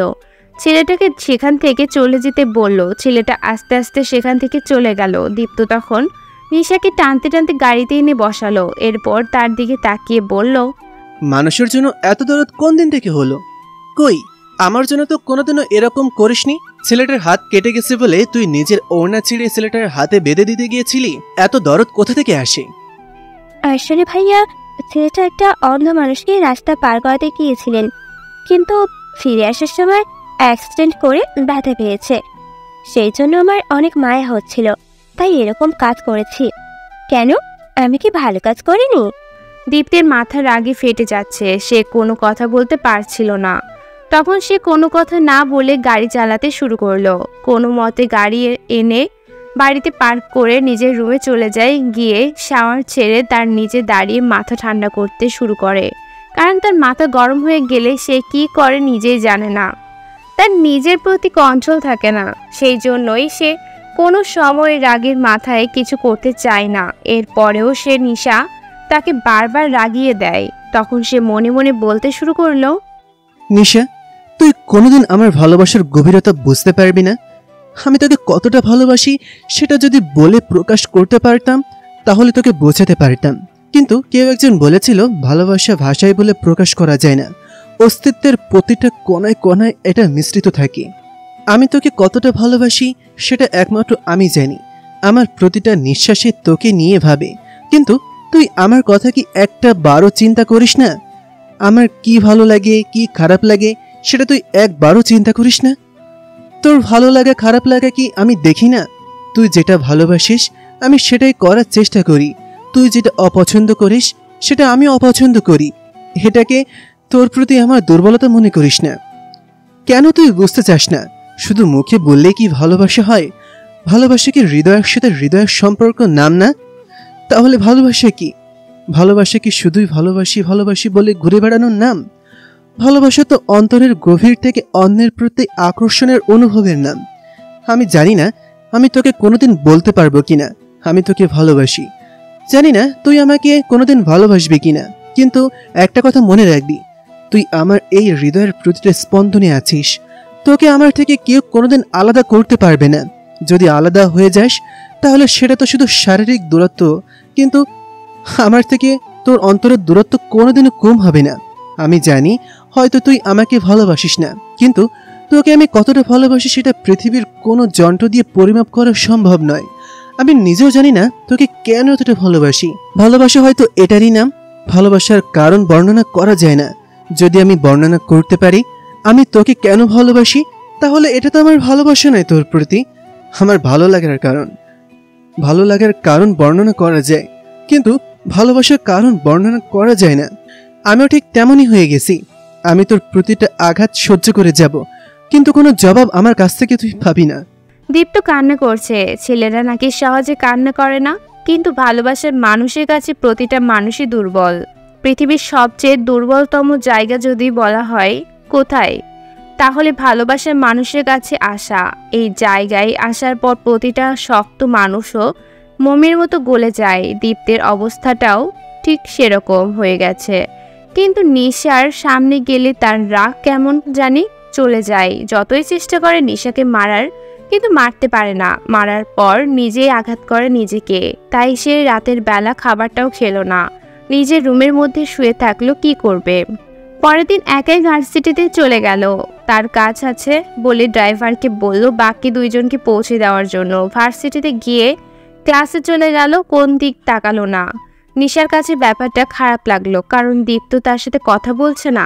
দীপ্তের এমন ব্যবহার তার কাছে অনেক অসহ্যকর মনে হচ্ছিল, কারণ দীপ্তের সাথে কথা না বললে তার ভালো লাগে না। কিন্তু নিশা ক্লাসে গিয়ে অবাক হয়ে গেল, কারণ কালকে সেই ছেলেটা ক্লাসে বসে আছে। তাকে দেখে ছেলেটা এগিয়ে এসে বলল, হ্যালো, আমি মিরাজ। কালকে আপনার সাথে কথা হয়নি। উনি কে ছিলেন, আপনার বয়ফ্রেন্ড নাকি? নিশা তখন নিঃসন্দেহে ছেলেটার সাথে হাত মিলায়, কারণ ছেলেটা অনেক ভালো। তখন সে হাত মিলিয়ে বলল, হ্যালো, আমি নিশা। না, কালকে উনি আমার বয়ফ্রেন্ড ছিল না, আমার বড় চাচার ভাই ছিলেন। আপনাকে অসংখ্য ধন্যবাদ। কালকে আমাকে সহযোগিতা করার জন্য আপনাকে ধন্যবাদ জানাতে পারিনি। উনি মাঝখান থেকে চলে আসলেন। আমরা তো একই ক্লাসে পড়ি। আপনার সাথে কালকে পরিচিত হয়ে ভালো লাগলো। আমি নতুন এই ভার্সিটিতে এসেছি, আমরা কি বন্ধু হতে পারি? নিশা তখন কিছুক্ষণ চিন্তা করলো কি করবে। এরপর মনে মনে ভাবলো এরকম একটা মানুষের সাথে বন্ধুত্ব করাই যায় যে মানুষকে সহযোগিতা করে। তখন সে বলল, ওকে, আমরা যখন একই ক্লাসে পড়ি তাহলে বন্ধু হতেই পারি, শুধুমাত্র ফ্রেন্ড আমরা। যাক, ভালো হলে আমার এই ভার্সিটিতে কারোর সাথে বন্ধুত্ব নেই। আমি নতুন ভার্সিটিতে এসে কাউকে চিনি না। আপনার সাথে পরিচিত হয়ে অনেক ভালো লাগলো। আমরা তো এখন বন্ধু হয়ে গেছি, এখনো কি আপনাকে আপনি করে কথা বলবো? আমি তোমায় তুমি করে কথা বলবো। ওকে, সমস্যা নেই। আমিও তোমাকে তুমি করে বলবো। তাহলে আমরা এখন থেকে এক ডেস্কে বসি, সমস্যা কি? না, কোনো সমস্যা নেই, বসো। এরপর তারা অনেকক্ষণ গল্প করলো ছেলেটার সাথে। কথা বলে নিশার অনেক ভালো লাগলো। অনেক ভালো একটা ছেলে, সাথে তার ব্যবহারও অনেক ভালো। সবার সাথে হাসি মুখে ব্যবহার করছে। যখন ক্লাস শেষ করে বের হলো তখন তারা দুজন বাইরে দাঁড়িয়েছিল। হঠাৎ করে মিরাজ বলল, নিশা, কালকে তো তুমি আমার কারণে ফুচকা খেতে পারোনি। আজকে চলো আমরা দুজন মিলে ফুচকা খেতে যাই। চিন্তা করো না, এটা আমার পক্ষ থেকে তোমাকে ট্রিট। কালকে আমাকে বাঁচাতে গিয়ে তোমার ফুচকা নষ্ট হয়ে গেল। না, সমস্যা নেই। আর এখন তো ভাইয়া চলে আসবে এক্ষুনি, আমাকে বাসায় যেতে হবে। তোমার সাথে কালকে খাবো। কোথায়? এখনো তো ওনার ক্লাস শেষ হতে অনেক দেরি আছে। চলো আমরা দুজন মিলে যাই ওখানে। নিশা আর মানা করলো না, মিরাজের সাথে চলে গেল ফুচকা খেতে। সেখানে গিয়ে দুজন গল্প করছিল। ওদিকে দীপ্ত ক্লাস শেষ করে নিশাকে দেখতে না পেয়ে বাইরে চলে আসলো। বাইরে আসার পর দেখলো নিশা মিরাজের সাথে ফুচকা খাচ্ছে। এই দৃশ্য দেখার পর সে রেগে গিয়েছিল। সে সেখানে আর দাঁড়াতে পারবে না, সেই জন্য সেখান থেকে চলে আসলো বাসায়। আসার পর তার মনটা ভীষণ খারাপ হয়ে গেল। ওদিকে রাস্তার মধ্যে একটা গরিব ছেলে আসলো নিশা এবং মিরাজের সামনে সাহায্য চাওয়ার জন্য। তখন মিরাজ ছেলেটার সামনে দাঁড়িয়ে বলল, ভাই, তুমি তো মনে হয় কালকের থেকে কিছুই খাওনি। আমার সাথে চলো, আমি তোমাকে খাওয়াবো। তোমার কোনো সমস্যা হলে তুমি আমার কাছে আসবে, এখানে এসে দাঁড়াবে। এই সময় আমি প্রতিদিন ভার্সিটিতে আসব। এই সময় আমি তোমাকে সহযোগিতা করব, কোনো চিন্তা করো না। মিরাজের ব্যবহার দেখে নিশার অনেক ভালো লাগলো। গরিব মানুষদের প্রতি তার কত ভালো ব্যবহার, এসব দেখার পর নিশার অনেক ভালো লাগলো। মিরাজ ছেলেটাকে নিয়ে গেল। এরকম নোংরা ছেলেকে অনেকেই পছন্দ করে না, কিন্তু সে কত সহজ সরলভাবে ছেলেটার সাথে কথা বলছে, এটা দেখার পর নিশাও তাদের পিছন পিছন যেতে লাগলো। খাওয়া দাওয়ার পর মিরাজ ছেলেটার হাতে একটা 500 টাকার নোট দিয়ে বলল, এই নাও ভাই, এটা তুমি রাতে খাবার কেনার সময় ব্যবহার করবে। আর তুমি কালকে এই সময় এখানে চলে আসবে, আমি তোমাকে সহযোগিতা করব। কেউ না করলেও তুমি কোনো চিন্তা করো না। ছেলেটা হাসি মুখে সেখান থেকে চলে গেলে নিশা তখন মিরাজের দিকে তাকিয়ে বলল, তোমার ব্যবহার সত্যি চমৎকার। তোমার কত চিন্তা গরিব মানুষদের প্রতি। এরকম যদি সবাই করতো তাহলে গরিব মানুষেরা অনেক ভালো জীবনযাপন করতে পারতো। নিশা, এটা বললে আমার লজ্জা লাগে। আমি কাউকে দেখানোর জন্য বা কোনো কিছু পাওয়ার জন্য এসব করি না। আমার তাদের প্রতি একটা দায়িত্ব আছে। আমরা সবাই যদি সবার পাশে দাঁড়াই তাহলে সমাজটা অনেক সুন্দর হবে। আমি এটা করার চেষ্টা করি। আচ্ছা ঠিক আছে, আমি রাখছি। তাহলে কালকে কথা হবে, এখন আমাকে চলে যেতে হবে। তোমার নাম্বারটা দিয়ে যাও, রাতে যদি কোনো প্রয়োজন হয়। এখন তো আমরা বন্ধু, আমরা একে অপরের সাথে নাম্বার শেয়ার করতেই পারি, তাই না? নিশা তখন নাম্বার দিয়ে দিল। তার কাছে ব্যাপারটা তেমন একটা সন্দেহজনক মনে হলো না, কারণ ছেলেটা অনেক ভালো এবং ব্যবহারও অনেক ভালো, এর সাথে তার চরিত্র অনেক ভালো। কিন্তু নিশা যখন ভার্সিটির ভিতরে আসলো তখন দীপ্তকে দেখতে পেল না। সে চলে গেছে, এটা দেখার পর তার অনেক খারাপ লাগলো, কারণ দীপ্ত তাকে না নিয়ে গেল। সে মনে মনে ভয় পেল। দীপ্ত মনে হয় বাসায় গিয়ে তার সাথে চিৎকার চেঁচামেচি করবে, সেজন্য সে ভয়ে ভয়ে বাসার ভিতরে প্রবেশ করলো। কিন্তু কোনো সমস্যা হলো না। খাবার টেবিলে যখন বসলো তখন দীপ্তের মা নীলার দিকে তাকিয়ে বলল, আমার ছেলেটার কি হয়েছে নীলা? কালকে রাত থেকে কোনো খাবার খাচ্ছে না, এরকম করছে কেন? নীলা, নিশা, তোরা কিছু জানিস? আমি কি বলবো আম্মু, আমি তার রুমের কাছে যেতে পারি না, রুম থেকে বের করে দেয়, কথা বলছে না কারোর সাথে, কোনো একটা বিষয় নিয়ে অনেক বেশি চিন্তায় আছে মনে হয়। এভাবে করলে তো শরীর খারাপ করবে। আমি আমার ছেলেটাকে এভাবে দেখতে পাচ্ছি না, তুই ওকে ডেকে নিয়ে আয়। নীলা উঠে চলে গেল। নিশাও চিন্তায় পড়ে গেল, দীপ্ত কেন এরকম করছে। শুধু তার সাথে কথা বলছে না ভাবছিল, কিন্তু দীপ্ত কারোর সাথে কথা বলছে না, খাওয়া দাওয়া বন্ধ করে দিয়েছে, এর কারণ কি? কিন্তু কিছুক্ষণ পর নীলা ফিরে আসলো হতাশ হয়ে, কারণ দীপ্ত তাকে বকা দিয়ে বের করে দিয়েছে। দীপ্ত সকালেও নীলাকে তার রুমে ডাকতে যেতে নিষেধ করেছে। নীলা তখন মন খারাপ করে তার মাকে বলল, তোমার ছেলে আমাকে বকা দিয়ে রুম থেকে বের করে দিয়েছে, এরকম ব্যবহার কেন করছে?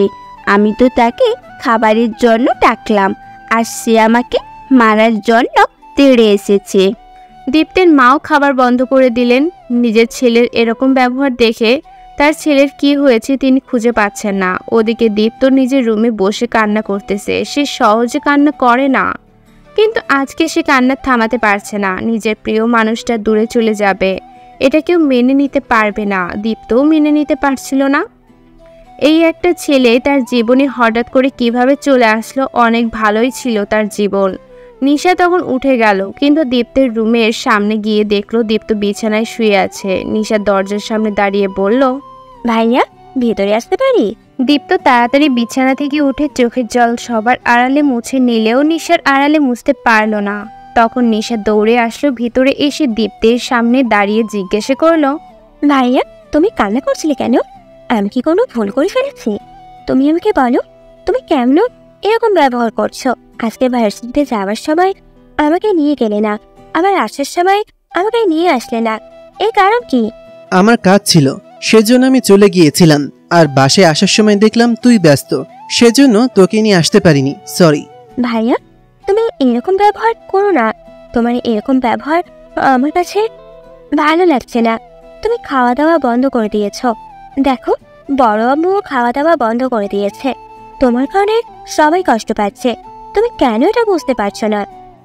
তোকে আমার ব্যাপারে কোনো চিন্তা করতে হবে না, আর সবাইকে বলে দিবি আমার ব্যাপারে কোনো চিন্তা না করতে। আমি বাইরে থেকে খাওয়া দাওয়া করে নিব। আমি ভার্সিটির একটা বিষয় নিয়ে চিন্তায় আছি, তাই আমার সাথে যেন কেউ কোনো যোগাযোগ করার চেষ্টা না করে, এটা সবাইকে বলে দিবি।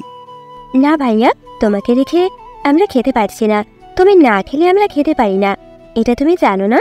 তুমি কেন এরকম করছো? তুমি চলো আমাদের সাথে, খেয়ে আবার চলে আসবে। এই তুই বুঝতে পারছিস না আমি তোকে কি বলতেছি?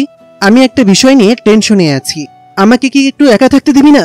তোদের কারণে কি আমি বাড়ি ছেড়ে চলে যাব? বল, আমি বাড়ি ছেড়ে চলে যাই? নিশা এবার কান্না করে দিল। দীপ্ত এই ব্যবহার দেখে আর থেমে থাকতে পারল না, কারণ সে নিঃশ্বাস কান্না সহ্য করতে পারে না। পৃথিবীর সব কিছু সহ্য করতে পারবে, কিন্তু এই জিনিসটা সে সহ্য করতে পারবে না। সেই জন্য সে উঠে চলে গেল নিশার সাথে। এরপর খাওয়া দাওয়া করলো। সবাই অনেক বেশি খুশি হলো, কারণ দীপ্ত খাবার খেয়েছে। খাওয়া দাওয়া শেষ করে দীপ্ত আবার রুমে চলে আসলো। এসে আবার কান্না করতে শুরু করলো আর আকাশের দিকে তাকিয়ে বলল, আজ অমাবস্যার রাত, চারিদিক অন্ধকার, আমার জীবনটাও অন্ধকার হয়ে গেছে। নিশাকে আমি কিভাবে বোঝাবো? তাকে তো আমি জোর করে কোনো কিছু করতে পারবো না, কারণ সে তো আর এখন আর ছোট নেই যে তাকে জোর করে কোনো কিছু করানো যাবে। এখন সে বুঝতে শিখেছে। সে কি আমার ভালোবাসা বুঝতে পারে না? পৃথিবীর সব কিছুই তো সে বুঝতে পারে, কিন্তু শুধুমাত্র আমার ব্যাপারে কেন এরকম করে? ওদিকে নিশা চিন্তা করতে শুরু করলো দীপ্ত তার সাথে কেন এরকম ব্যবহার করতেছে, কিন্তু কিছুই খুঁজে পেল না, কারণ সে তো কোনো ভুল কাজ করেনি যার কারণে দীপ্ত তার সাথে এরকম ব্যবহার করবে। তার মানে কি সত্যি কোনো বিষয় নিয়ে চিন্তায় আছে? এর মধ্যে অপরিচিত একটা নাম্বার থেকে কল ছিল। সে ফোনটা রিসিভ করলো। ফোনটা রিসিভ করতেই ওপাশ থেকে মিরাজ বলল, নিশা, আমি মিরাজ। তুমি আমাকে চিনতে পেরেছো? চিনতে পেরেছি। তুমি হঠাৎ করে কল করি কেন? কোনো সমস্যা হয়েছে? না, কোনো সমস্যা নেই, এমনি ভাবলাম তোমার সাথে কথা বলি। তোমার বাবা মা সবাই ভালো আছেন? নিশা তখন কিছুক্ষণ চুপ করে গেল। বাবা মার কথা মনে হতেই তার কান্না আসতে শুরু করলো, কিন্তু মিরাজকে বলল, মিরাজ, আমার বাবা আমাকে রেখে ছোটবেলায় মারা গিয়েছে। এরপর থেকে আমি আমার বড় আব্বু আর বড় আম্মুর কাছে থাকি। ও সরি, আমার মনে হয় তোমাকে কষ্ট দিয়ে ফেললাম। আসলে আমি তোমাকে কষ্ট দিতে চাইনি, কিন্তু হঠাৎ করে কি থেকে কি হয়ে গেল। ইটস ওকে, তুমি হয়তো না জেনে এটা করেছো, তাই এটা নিয়ে তোমাকে চিন্তা করতে হবে না। ওদিকে দীপ্ত রুমে বসে বসে চিন্তা করছিল কি করবে। তখন সে মনে মনে ভাবলো নিশাকে একবার ভালোবাসার কথা জানিয়ে দিলেই তো হয়। সে তো নিজের ভালোবাসার কথা নিশার কাছে প্রকাশই করেনি, তাহলে নিশা তার ভালোবাসার কথা কিভাবে বুঝবে? তখন সে সিদ্ধান্ত নিল আজকে রাতে ভালোবাসার কথা বলেই দিবে। সেই জন্য নিশার জন্য কিনা একটি সুন্দর হীরের আংটি নিয়ে চলে গেল নিশার রুমে। কিন্তু রুমে যখন প্রবেশ করতে যাবে তখন শুনতে পেল নিশা কারোর সাথে অনেক হেসে হেসে কথা বলছে। তখন সে কথা শোনার চেষ্টা করলো। নিশা তখন মিরাজকে বলছিল, আসলে আমি কোনোদিনও কারোর সাথে বন্ধুত্ব করতে পারিনি, শুধুমাত্র ভাইয়ার কারণে। ভাইয়া আমাকে সবসময় শাসনের মধ্যে রাখে, কারোর সাথে বন্ধুত্ব করতে দেয় না। আমি জানি না ভাইয়া কেন এসব করে, তবে আমার এসব খুব একটা ভালো লাগে না। আমি চাই মুক্ত হয়ে জীবনযাপন করতে, কিন্তু ভাইয়ার কারণে সেটা পারি না। ভাইয়ার শাসন আমার উপর অনেক কড়া, তাই কেউ কোনো কথা বলতে পারে না ভাইয়ার উপরে। তবে তোমার সাথে ফ্রেন্ডশিপ হওয়ার পর অনেক ভালো লেগেছে। এখন মনে হচ্ছে নিজে অনেকটা স্বাধীন। এই কথা শোনার পর দীপ্ত আর সেখানে দাঁড়িয়ে থাকতে পারলো না, দৌড়ে নিজের রুমে চলে আসলো। এসে কান্না করতে শুরু করলো। চিৎকার করতে করতে নিজের রুমের সব জিনিসপত্র ভাঙতে শুরু করলো। এরপর বলল, নিশা, তুই এটা কিভাবে বলতে পারলি? আমি তোকে শাসন করি, তোর কারণে আমি কোনো কাজ করতে পারি না, কিন্তু তুই আমাকে বললি কি করে এই কথা যে আমি তোর জীবনটা শেষ করে দিয়েছি? আমার কারণে তুমি স্বাধীনভাবে জীবনযাপন করতে পারিস না? যা, আজ থেকে তোকে স্বাধীন করে দিলাম, তুই তোর মতন জীবনযাপন কর। আমি তোর জীবনে কোনোদিন কোনো সমস্যা নিয়ে আসবো না। আজ থেকে তুই মুক্ত, যেভাবে ইচ্ছা থাকতে হয় সেভাবে ইচ্ছেই থাক। আমি না হয় অন্ধকার থেকেই তোকে ভালোবেসে যাব। আমি কোনোদিন তোর সামনে আমার ভালোবাসার কথা প্রকাশ করব না, কারণ আমার কাছে আসলে তুই তো বন্দি হয়ে যাবি। আমি তো তোকে আর বন্দি করতে চাই না। তুই আমার কাছে আসলে ভালো ফিল করিস না, তো তুই কার কাছে কি ভালো ফিল করিস তার কাছে চলে যা। আমি আর কোনোদিন তোর ব্যাপারে কোনো কথা বলবো না। এরপর থেকে দীপ্ত হয় নিশার ব্যাপারে কোনো কথা বলেনি, খুব প্রয়োজন ছাড়া নিশার শেখ সাথে কোনো কথা বলেনি। ওদিকে নিশা ভাবছে দীপ্ত কেন এরকম ব্যবহার করছে, কারণ আগে তাকে অনেক শাসন করত, এখন যদি খুব ইমার্জেন্সি থাকে তাহলে দু একটা কথা বলে, প্রয়োজন ছাড়া কোনো কিছু জিজ্ঞেস করে না। প্রথম প্রথম নিশা কিছুটা কষ্ট পেলেও পরে মিরাজের সাথে সম্পর্ক আরও গভীর হওয়ার কারণে দীপ্তের ব্যাপারটা কিছুটা ভুলে গেছে নিশা। এটাই স্বাভাবিক, মানুষ যখন নতুন কারোর সাথে গভীর হতে শুরু করে তখন পুরনো সম্পর্কগুলো ভুলে যেতে শুরু করে, কিন্তু কখনো পুরনো সম্পর্কগুলো আমাদের জীবনে কতটা গুরুত্বপূর্ণ সেটা মানুষ তখন বুঝতে পারে যখন সেই সম্পর্কগুলো নতুন সম্পর্ক ছেড়ে যাওয়ার পর আবার ফিরে আসে। দীপ্ত প্রতিদিন কান্না করে, যতই সে নিশার থেকে দূরে থাকুক না কেন, আড়াল থেকে নিশার খোঁজ খবর নেয়। নিশা কি করছে, কখন কোথায় যাচ্ছে, সবকিছু তার কাছে আসে। দীপ্ত প্রতিদিনের ন্যায় ভার্সিটির ক্যাম্পাসে দাঁড়িয়েছিল। ফাহাদ তার সাথে দাঁড়িয়ে আছে। নিশা মিরাজের প্রতি গভীরভাবে আসক্ত হয়ে পড়েছে। মিরাজের সাথে কথা না বললে এখন তার ভালো লাগে না। মিরাজের ব্যবহার সবকিছু তাকে মুগ্ধ করে তুলেছে। দীপ্ত দাঁড়িয়েছিল, তখন হঠাৎ করে দেখল মিরাজ নিশাকে প্রপোজ করছে। মিরাজের এমন কাণ্ড দেখে নিশা হতভম্ব হয়ে দীপ্তের দিকে তাকালো, কিন্তু তাকে স্বাভাবিক অবস্থায় দাঁড়িয়ে থাকতে দেখে সে মিরাজের দিকে তাকিয়ে বলল, মিরাজ, তুমি এটা কি করছো? তোমার ব্যাপারে আমি কোনোদিনও এরকম চিন্তা করিনি। তুমি কেন এরকম করছো? নিশা, আমি জানি না ভালোবাসা কি, ভালোবাসা কাকে বলে, কিন্তু তোমার কাছে থাকতে থাকতে আমি তোমার প্রতি আসক্ত হয়ে পড়েছি। তোমাকে ছাড়া এখন আমি একটা মুহূর্ত চিন্তা করতে পারি না। তুমি কি আমাকে গ্রহণ করবে তোমার জীবনে? কথা দিচ্ছি, কোনোদিন তোমাকে কষ্ট পেতে দিব না। তোমার মুখে সবসময় হাসি থাকবে। তোমার চোখের জল আমি সহ্য করতে পারি না। এটা কি তুমি বুঝতে পারো না? নিশা তখন মুগ্ধ নয়নে মিরাজের দিকে তাকিয়েছিল। মিরাজের এরকম ব্যবহার তার কাছে বেশ পাগলামি করার মতো হলেও তার মনের মধ্যে একটা আনন্দ কাজ করছিল। দীপ্তের ব্যবহার তাকে বিরক্ত করে তুলেছিল। তার কাছে অনেক কষ্ট হতো, কিন্তু এখন মিরাজকে একসেপ্ট করবে কি না এটা নিয়ে চিন্তা করছিল। তখন হঠাৎ করে মিরাজকে কেউ লাথি দিয়ে ফেলে দিল। সেটা আর কেউ নয়, দীপ্ত। কারণ দীপ্ত অন্য কিছু সহ্য করতে পারলেও এটা সহ্য করতে পারছিল না। সে যতই দূরে থাকার চেষ্টা করে না কেন, এই কাজটা দেখার পরে দূরে থাকতে পারলো না। মিরাজকে এরকম লাথি দিয়ে ফেলে দেওয়া দেখে ফাহাদ দৌড়ে আসলো, কারণ এই ছেলেটাকে একটা শিক্ষা দিতে হবে। ফাহাদ জানে দীপ্ত নিশাকে কতটা ভালোবাসে। এটার পরেও কেন ছেলেটা এরকম ব্যবহার করলো, ফাহাদ দীপ্তের কষ্ট নিজের চোখে দেখেছে। তখন ফাহাদ দৌড়ে এসে মিরাজকে মারতে শুরু করলো। এটা দেখার পর নিশা এগিয়ে গেল তাদের দিকে। এগিয়ে গিয়ে বলল, ভাইয়া, তোমরা এরকম কেন করছো? তোমরা মিরাজকে বিনা অপরাধে মারছো কেন? সে কি অন্যায় করেছে? তাকে এভাবে মারার কারণ কি? দীপ্ত তখন এতটা রেগেছিল, সে কি করছে তার মাথায় ছিল না। সে উঠে নিশাকে থাপ্পড় দিতে শুরু করে এরপর বলল, অনেক দরদ উতলে উঠছে এই ছেলেটার উপর, তাই না? ছেলেটা তোকে প্রপোজ করেছিল, আর তোর কত বড় সাহস, তুই কিছু না বলে দাঁড়িয়েছিলি।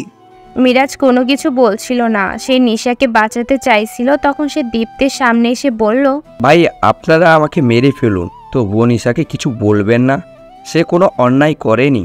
আমি তাকে প্রপোজ করেছিলাম, কিন্তু সেটা ঠিক হয়নি। আপনারা প্লিজ তাকে মারবেন না। আমাকে মারেন, কোনো সমস্যা নেই, আমি অন্যায় করেছি।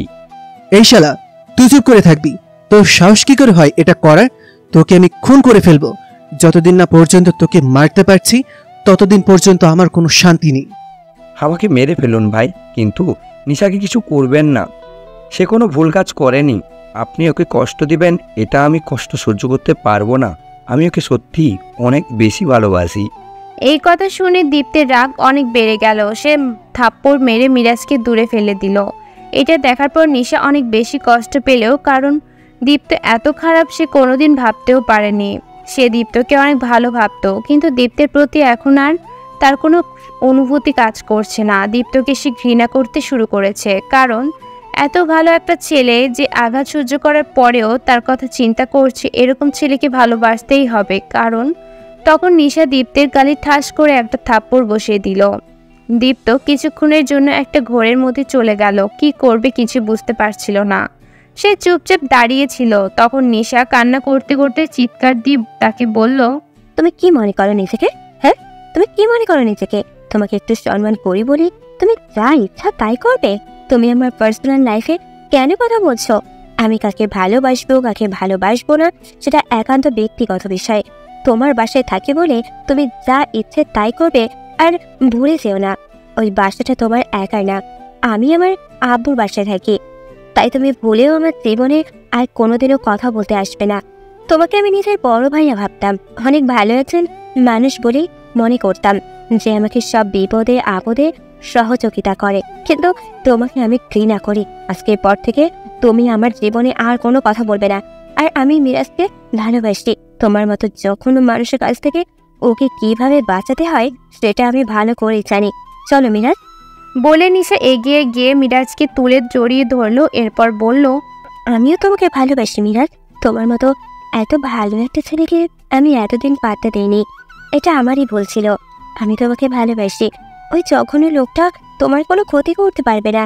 আজকের পর থেকে তার সাথে আমার কোনো সম্পর্ক নেই। না নিশা, তুমি এরকম করবে না। ভাইয়া তোমার ভালো চায়, তোমার জন্য তিনি এরকম ব্যবহার করেছেন। আমার আঘাতেরগুলো সামান্য সেরে যাবে, কিন্তু তুমি এরকম ব্যবহার করো না। উনি তোমাকে এতদিন আগলে রেখেছে। মিরাজ, তুমি এখন এই লোকটার কথা চিন্তা করছো? এই লোকটা তোমার মতো নয়। এই লোকটা তোমার ক্ষতি করতে চায়। তুমি কেন বুঝতে পারছো না?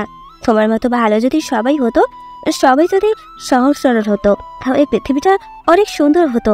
তুমি যেরকম সবকিছু মনে করো, পৃথিবীটা আসলে ততটা সহজ সরল নয়। সবাই তোমার মতো না। অনেকে আছে যারা এই পৃথিবীটাকে নোংরা করছে। তুমি আমার সাথে চলো, আমি তোমাকে ফার্মেসিতে নিয়ে যাব। বলেই নিশা মিরাজকে নিয়ে যেতে শুরু করলো। ফাহাদ এগিয়ে যেতে চাইলে দীপ্ত আর তার হাত টেনে ধরে বলল, না ফাহাদ, অনেক হয়েছে। আমি বুঝতে পেরে গেছি আমি নিশার জীবনে একটা ভয়ঙ্কর স্বপ্ন। সে এটাকে কাটিয়ে উঠতে চাইছে। আমি চাই না তার সুন্দর স্বপ্নকে ধ্বংস করে দিতে। সে যদি অন্য কাউকে নিয়ে খুশি হতে পারে, তাহলে আমি তাকে কেন বাধা দিব? দীপ্তের এমন কথা শুনে ফাহাদ চুপ করে গেল। সে বুঝতে পারছে দীপ্তের কষ্টের ব্যাপারটা। নিশা তখন মিরাজকে হসপিটাল নিয়ে গিয়ে চিকিৎসা করানোর পর বলল, মিরাজ, আমি আর ওখানে থাকতে পারবো না। আমি এসব সহ্য করতে পারছি না। আমি চাই না ওনার মুখোমুখি আর হতে। তাই বলছি, তুমি তো আমাকে ভালোবাসো। তুমি কি আমাকে বিয়ে করবে মিরাজ? হ্যাঁ নিশা, আমি তোমাকে বিয়ে করার জন্য ভালোবাসি। তুমি আমাকে বিশ্বাস করতে পারো, কোনোদিন তোমাকে কষ্ট দিব না। আমি তোমাকে সত্যি অনেক বেশি ভালোবাসি। তাহলে আমি আজকে গিয়ে আমার বড় আব্বুর পরিবারের সাথে কথা বলবো।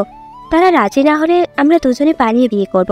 এরপরেও আমি ওই বাড়িতে থাকতে পারবো না।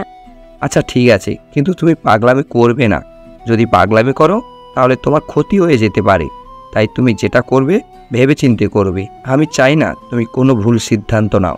নিশা তখন বাসায় ফিরে আসলো। বাসায় ফিরে আসার পর কান্না করে সবকিছু খুলে বলল। দীপ্তের বাবা মা দুজনেই বাসায় ছিলেন। তারা কি বলবেন কিছু বুঝতে পারলেন না। তারা দীপ্তের সাথে নিশার বিয়ে ঠিক করেছিলেন, কিন্তু নিশা অন্য একটা ছেলেকে ভালোবাসে, এটা কিভাবে তারা মেনে নিতে পারেন? কিন্তু নিশার স্বাধীনতা আছে। তারা কোনোদিন নিশাকে জোর করে কোনো কিছু করতে বলেননি। তাই তারা বললেন, দেখ নিশা মা, আমরা সারা জীবন তুই যা চাইছিস তাই দিয়েছি। কোনোদিন আমরা তোর কোনো কাজে আপত্তি করিনি। কিন্তু তুই আর একবার চিন্তা করে দেখো, তুই যে সিদ্ধান্ত নিয়েছিস সেটার উপর অটল থাকবি, নাকি তুই নতুন করে কোনো সিদ্ধান্ত নিবি? বড় আপু, বড় আম্মু, আমার বিয়ে বয়স হয়েছে। এখন আমার বিয়ে করা দরকার। আর কতদিন তোমার বাসায় বসে থাকবো? তাই এখন আমার বিয়ে করা দরকার। আর আমি মিরাজকে ভালোবাসি। তোমরা মিরাজের সাথে আমার বিয়ের ব্যবস্থা করো, না হলে কিন্তু আমি আত্মহত্যা করব। আর তোমার ছেলেকে বলে দেবে যেন আমার সাথে কোনো কথা না বলতে আসে। বলে নিশা দৌড়ে তার রুমে চলে গেল। রুমে গিয়ে চিন্তা করতে শুরু করলো সে যেটা করেছে সেটা ঠিক করেছে নাকি ভুল করেছে। তবে তার মন বলছে সে ঠিক কাজ করেছে, কারণ দীপ্ত মিরাজের সাথে অন্যায় করেছে। ওদিকে কিছুক্ষণ পর দীপ্ত বাসায় প্রবেশ করলো। বাসায় প্রবেশ করতেই তার বাবা মা এগিয়ে গিয়ে জিজ্ঞাসা করতে শুরু করলো, কিন্তু দীপ্ত চুপ করে আছে, কোনো জবাব দিচ্ছে না। যখন নিশার বিয়ের কথা শুনে তখন সে থেমে থাকতে পারলো না। চলে গেল নিশার রুমে গিয়ে তার সামনে দাঁড়ালো। নিশা নিজের দিকে তাকিয়ে আছে। তখন দীপ্ত নিশার ঘাড়ে হাত দিয়ে বলল, আমি জানি নিশা, তুই আমার উপর অনেক রাগ করে আছিস। আমি ভুল করে ফেলেছি। তুই কোনো চিন্তা করবি না। তুই যাকে ভালোবাসিস তুই তাকে বিয়ে করবি। আমি তোর বিয়েতে কোনো আপত্তি করব না। আমি নিজে দাঁড়িয়ে থেকে তোদের বিয়ে দিব। তুই নিশ্চিন্তে থাকতে পারিস। নিশা তখন বেশ চমকে যায় দীপ্তের এরকম ব্যবহার দেখে। তার মধ্যে তো দীপ্তের রাগার কথা ছিল, কিন্তু দীপ্ত এরকম ব্যবহার করছে কেন? তখন তার মন কেমন জানি করছিল। দীপ্ত তখন আবার বলে উঠল, তুই কালকে মিরাজের পরিবারকে বলবি আমাদের বাসায় আসতে। কালকে মিরাজের পরিবারের সাথে কথা বলে বিয়ের ব্যবস্থা করব। তুই এই ব্যাপারে নিশ্চিন্ত থাকতে পারিস। আমি তোকে কোনোদিন কোনো বিষয়ে কষ্ট দিতে চাইনি, আর সামনেও এরকম করার চেষ্টা করব না। আমি ভুলে গিয়েছিলাম আমার অধিকার নেই। যদি অধিকার থাকতো তাহলে তুই এইরকম কথা বলতে পারতি না, কিন্তু আমার অধিকার নেই। আমি ভেবেছিলাম তুই আমাকে অধিকার দিয়েছিস, কিন্তু সেটা আমি ভুল ভেবেছিলাম। সরি ভাইয়া, আসলে সেই সময় আমিও ভুল করে ফেলেছিলাম তোমার সাথে এরকম ব্যবহার করে। কিন্তু তুমি মিরাজের সাথে যেটা করেছো সেটা অন্যায় করেছো। তুমি কেন এমনটা করলে? তুমি বিনা অপরাধে তাকে মেরেছো। মিরাজও ওরকম ছেলে না। মিরাজ ছেলে হিসেবে খুব ভালো, সবসময় মানুষদের সহযোগিতা করার চেষ্টা করে। তুমি তাকে মারছিলে, কিন্তু সে তোমার সাথে কত ভালো ব্যবহার করছিল। এটা দেখে কি প্রমাণ হয় না সে কতটা ভালো? হ্যাঁ, বুঝতে পেরেছি। মিরাজের সাথে ভুল করেছি। কালকে মিরাজের কাছ থেকে ক্ষমা চেয়ে নেব। মিরাজের পরিবারকে জানিয়ে দিই কালকে দেখা করার জন্য। দীপ্ত এতক্ষণ কেন জানি মনের ভিতরে একটা চিন্তা নিয়ে ঘুরছিল। এখন তার সব চিন্তা ভাবনা দূর হয়ে গেছে। সে হাউমাউ করে কান্না করতে শুরু করেছে। একটু পর তার ছোট বোন নীলা সেখানে এলো। এসে দীপ্তকে জড়িয়ে ধরে কান্না করতে করতে বলল, ভাইয়া তুমি কান্না করো না, তোমার কান্না আমি সহ্য করতে পারি না। তুমি কি নিশা আপুকে বলেছিলে তুমি তাকে ভালোবাসো? চুপ নীলা, এটা আর কোনোদিনও বলবি না। সে এখন অন্যকে নিয়ে সুখী হতে চায়, আমরা কেন তাকে বাধা দিব? তার অধিকার আছে, সে স্বাধীনভাবে জীবনযাপন করতে পারে, তাই তার ব্যাপারে কোনো কথা বলবি না। আমি তাকে বলতে পারিনি আমি তাকে ভালোবাসি, তবে আমার প্রতি তার কোনো ফিলিংস নেই। যদি থাকতো তাহলে সে এইরকম কাজ করতে পারতো না। কিন্তু ভাইয়া তোমার উচিত ছিল তাকে ভালোবাসার কথা বলে দেওয়া। সে হয়তো তোমাকে নিয়ে এসব কিছু চিন্তাই করে না। যদি চিন্তা করতো তাহলে হয়তো এরকম সিদ্ধান্ত নিতে পারতো না। তার জন্য আমরা এত কিছু করলাম, কিন্তু সে প্রতিদান হিসেবে এসব দিল আমাদেরকে। নীলা, বেয়াদবি করবি না। ও তোর বড়, আর আমরা ওকে কিছুই দেইনি। যা দিয়েছি তা ছিল তার অধিকার, কারণ এই বাড়িতে তাদের সমান অধিকার রয়েছে। চাচা চাচি মারা যাওয়ার পর এই বাড়িতে আমাদের যেমন অধিকার আছে তার তেমন অধিকার, তাই তাকে আমরা কোনো কিছুই দেইনি। সে নিজের অধিকার পেয়েছে। নীলা আর কোনো কথা বলল না, চলে গেল ওদিকে। দীপ্ত কান্না করতে শুরু করলো। এরপর চিন্তা করলো এখন আর বাড়িতে থাকা যাবে না, সেই জন্য বাড়ি থেকে বেরিয়ে গেল। যখনই দীপ্ত রুম থেকে বেরিয়ে গেল, নীলা আবার রুমে আসলো। এসে দীপ্তের ডায়েরিটা নিয়ে গেল। দীপ্ত নিজের সব কথা এই ডায়েরিতে লিখে রেখেছে, তাই নীলা চাইছিল এটা নিশার কাছে দিয়ে দিতে। নিশা এখনো জানে না যে দীপ্ত যে তাকে এতটা ভালোবাসে। তখন সে ফোনে মিরাজের সাথে কথা বলছিল। নীলা তখন ঢুকলো। প্রবেশ করার পর নিশার দিকে তাকিয়ে বলল, আপু এটা তোমার কাছে রাখো, সময় হলে এটা পড়ে নিবি। এটা পড়লে আশা করি তোমার ভুল ধারণাগুলো ভেঙে যাবে। আশা করি ভাইয়াকে তুমি কোনো বাজে কথা বলতে পারবে না। আচ্ছা ঠিক আছে, এখানে রেখে যা, আমি একটু গুরুত্বপূর্ণ কথা বলছি ফোনে। এটা পড়ে নিব। নীলা মন খারাপ করে রুম থেকে বের হয়ে গেল, কারণ নিশা এতটাই ব্যস্ত হয়ে গেছে তখন তার সাথে কথাই বলতে চাইছে না। তখন নীলা খারাপ করে নিচে চলে গেলে তার মায়ের সাথে কথা বলল। তখন তার মা তাকে সান্ত্বনা দিয়ে বলল, নীলা, সবার নিজস্ব স্বাধীনতা আছে, কারো স্বাধীনতায় হস্তক্ষেপ করা ঠিক না। আমরা হয়তো তার স্বাধীনতা নষ্ট করেছিলাম, তাই এখন এটা শাস্তি পাচ্ছি। তাকে একটু বেশি ভালোবেসে ফেলেছিলাম, হয়তো সেটাই আমাদের ভুল ছিল। আমরা এখন আমাদের ভুলে প্রায়শ্চিত্ত করছি। ওদিকে দীপ্ত বাইরে এসে কান্না করতে শুরু করলো। তার কিছুই ভালো লাগছিল না, কোনো কিছুতেই মন বসাতে পারছিল না। এরকম অবস্থা দেখে ফাহাদ অনেক বেশি চিন্তিত ছিল। পরের দিন মিরাজ তার বাবা মাকে নিয়ে আসলে দীপ্তের বাসায় নিশার বিয়ের ব্যাপারে কথা বলতে। এমন দিন দীপ্তকে দেখতে হবে এটা সে কল্পনাও করতে পারেনি। তার কাছে বিষয়টা অসহ্যকর মনে হলেও নিশার কারণে সেটা মেনে নিল, কারণ সে যদি মিরাজকে নিয়ে খুশি হতে পারে তাহলে দীপ্ত সেখানে বাধা দিবে কেন? সব ভালোবাসার মানুষই চায় তার প্রিয় মানুষটা যেন আনন্দে থাকে, সুখে থাকে, তাহলে সে কেন বাধা দিবে? মিরাজের বাবা মার সাথে কথা বলে বিয়ে 1 মাস পর ঠিক করার কথা হলেও নিশা এবং মিরাজ সেটা মানতে নারাজ ছিল। তারা চাইছিল 3 দিনের ভিতর বিয়েটা করতে। দীপ্ত তখন মনে মনে বলল, নিশা, আমি কি এতটাই বাজে? আমি কি তোর সাথে এতটাই খারাপ ব্যবহার করেছি যার কারণে তুই এত তাড়াতাড়ি চলে যেতে চাইছিস?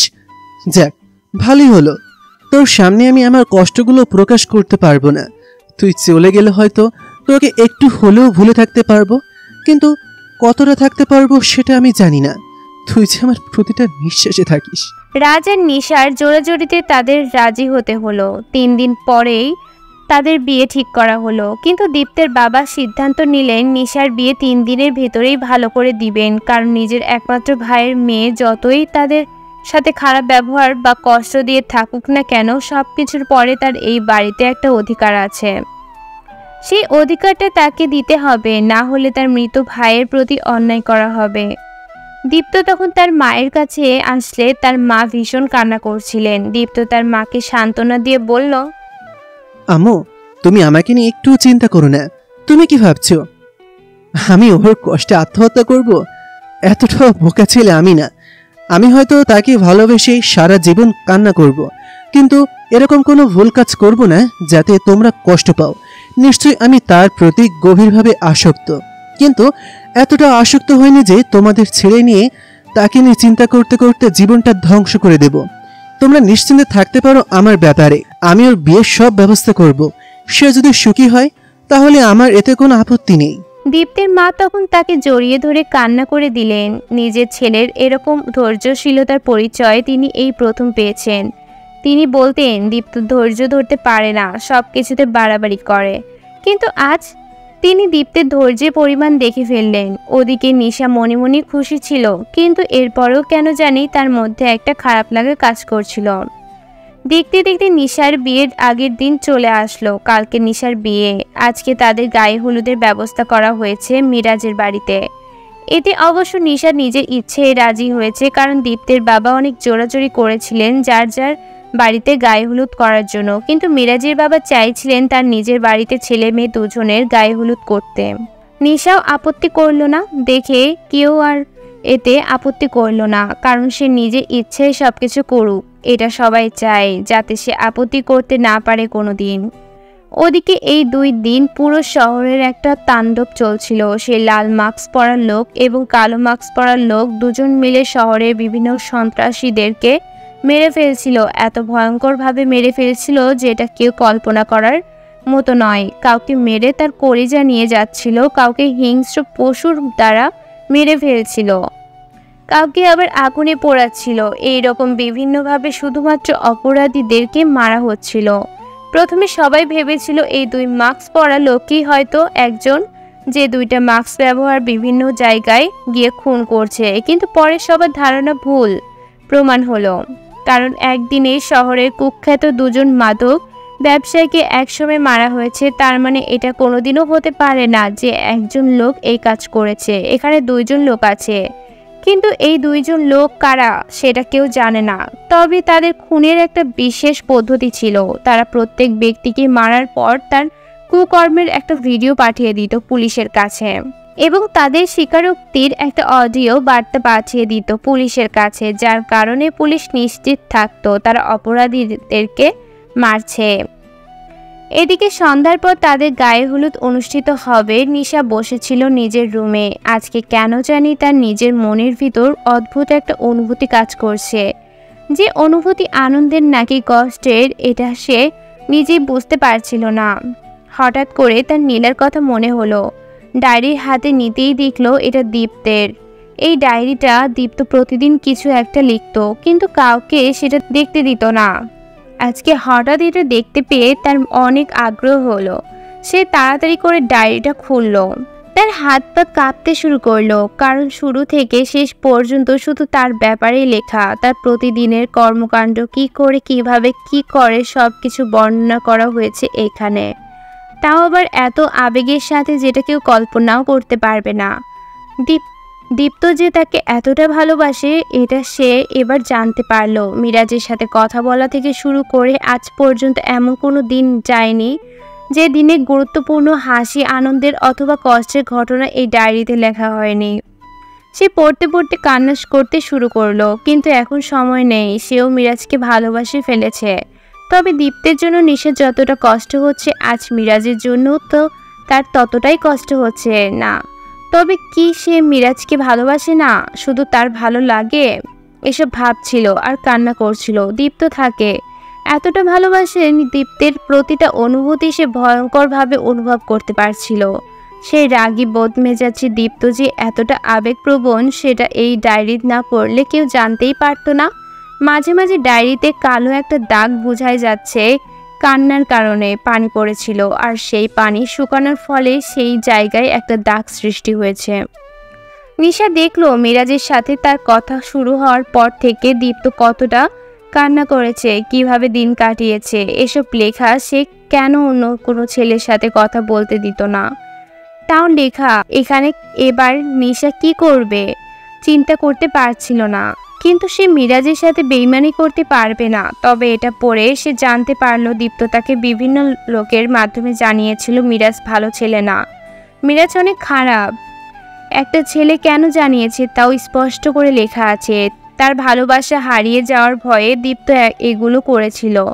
নিশা তখন কান্না করতে করতে বলল, দীপ্ত ভাইয়া, তুমি একটা বারও আমাকে জানাতে পারলে না তুমি আমাকে ভালোবাসো?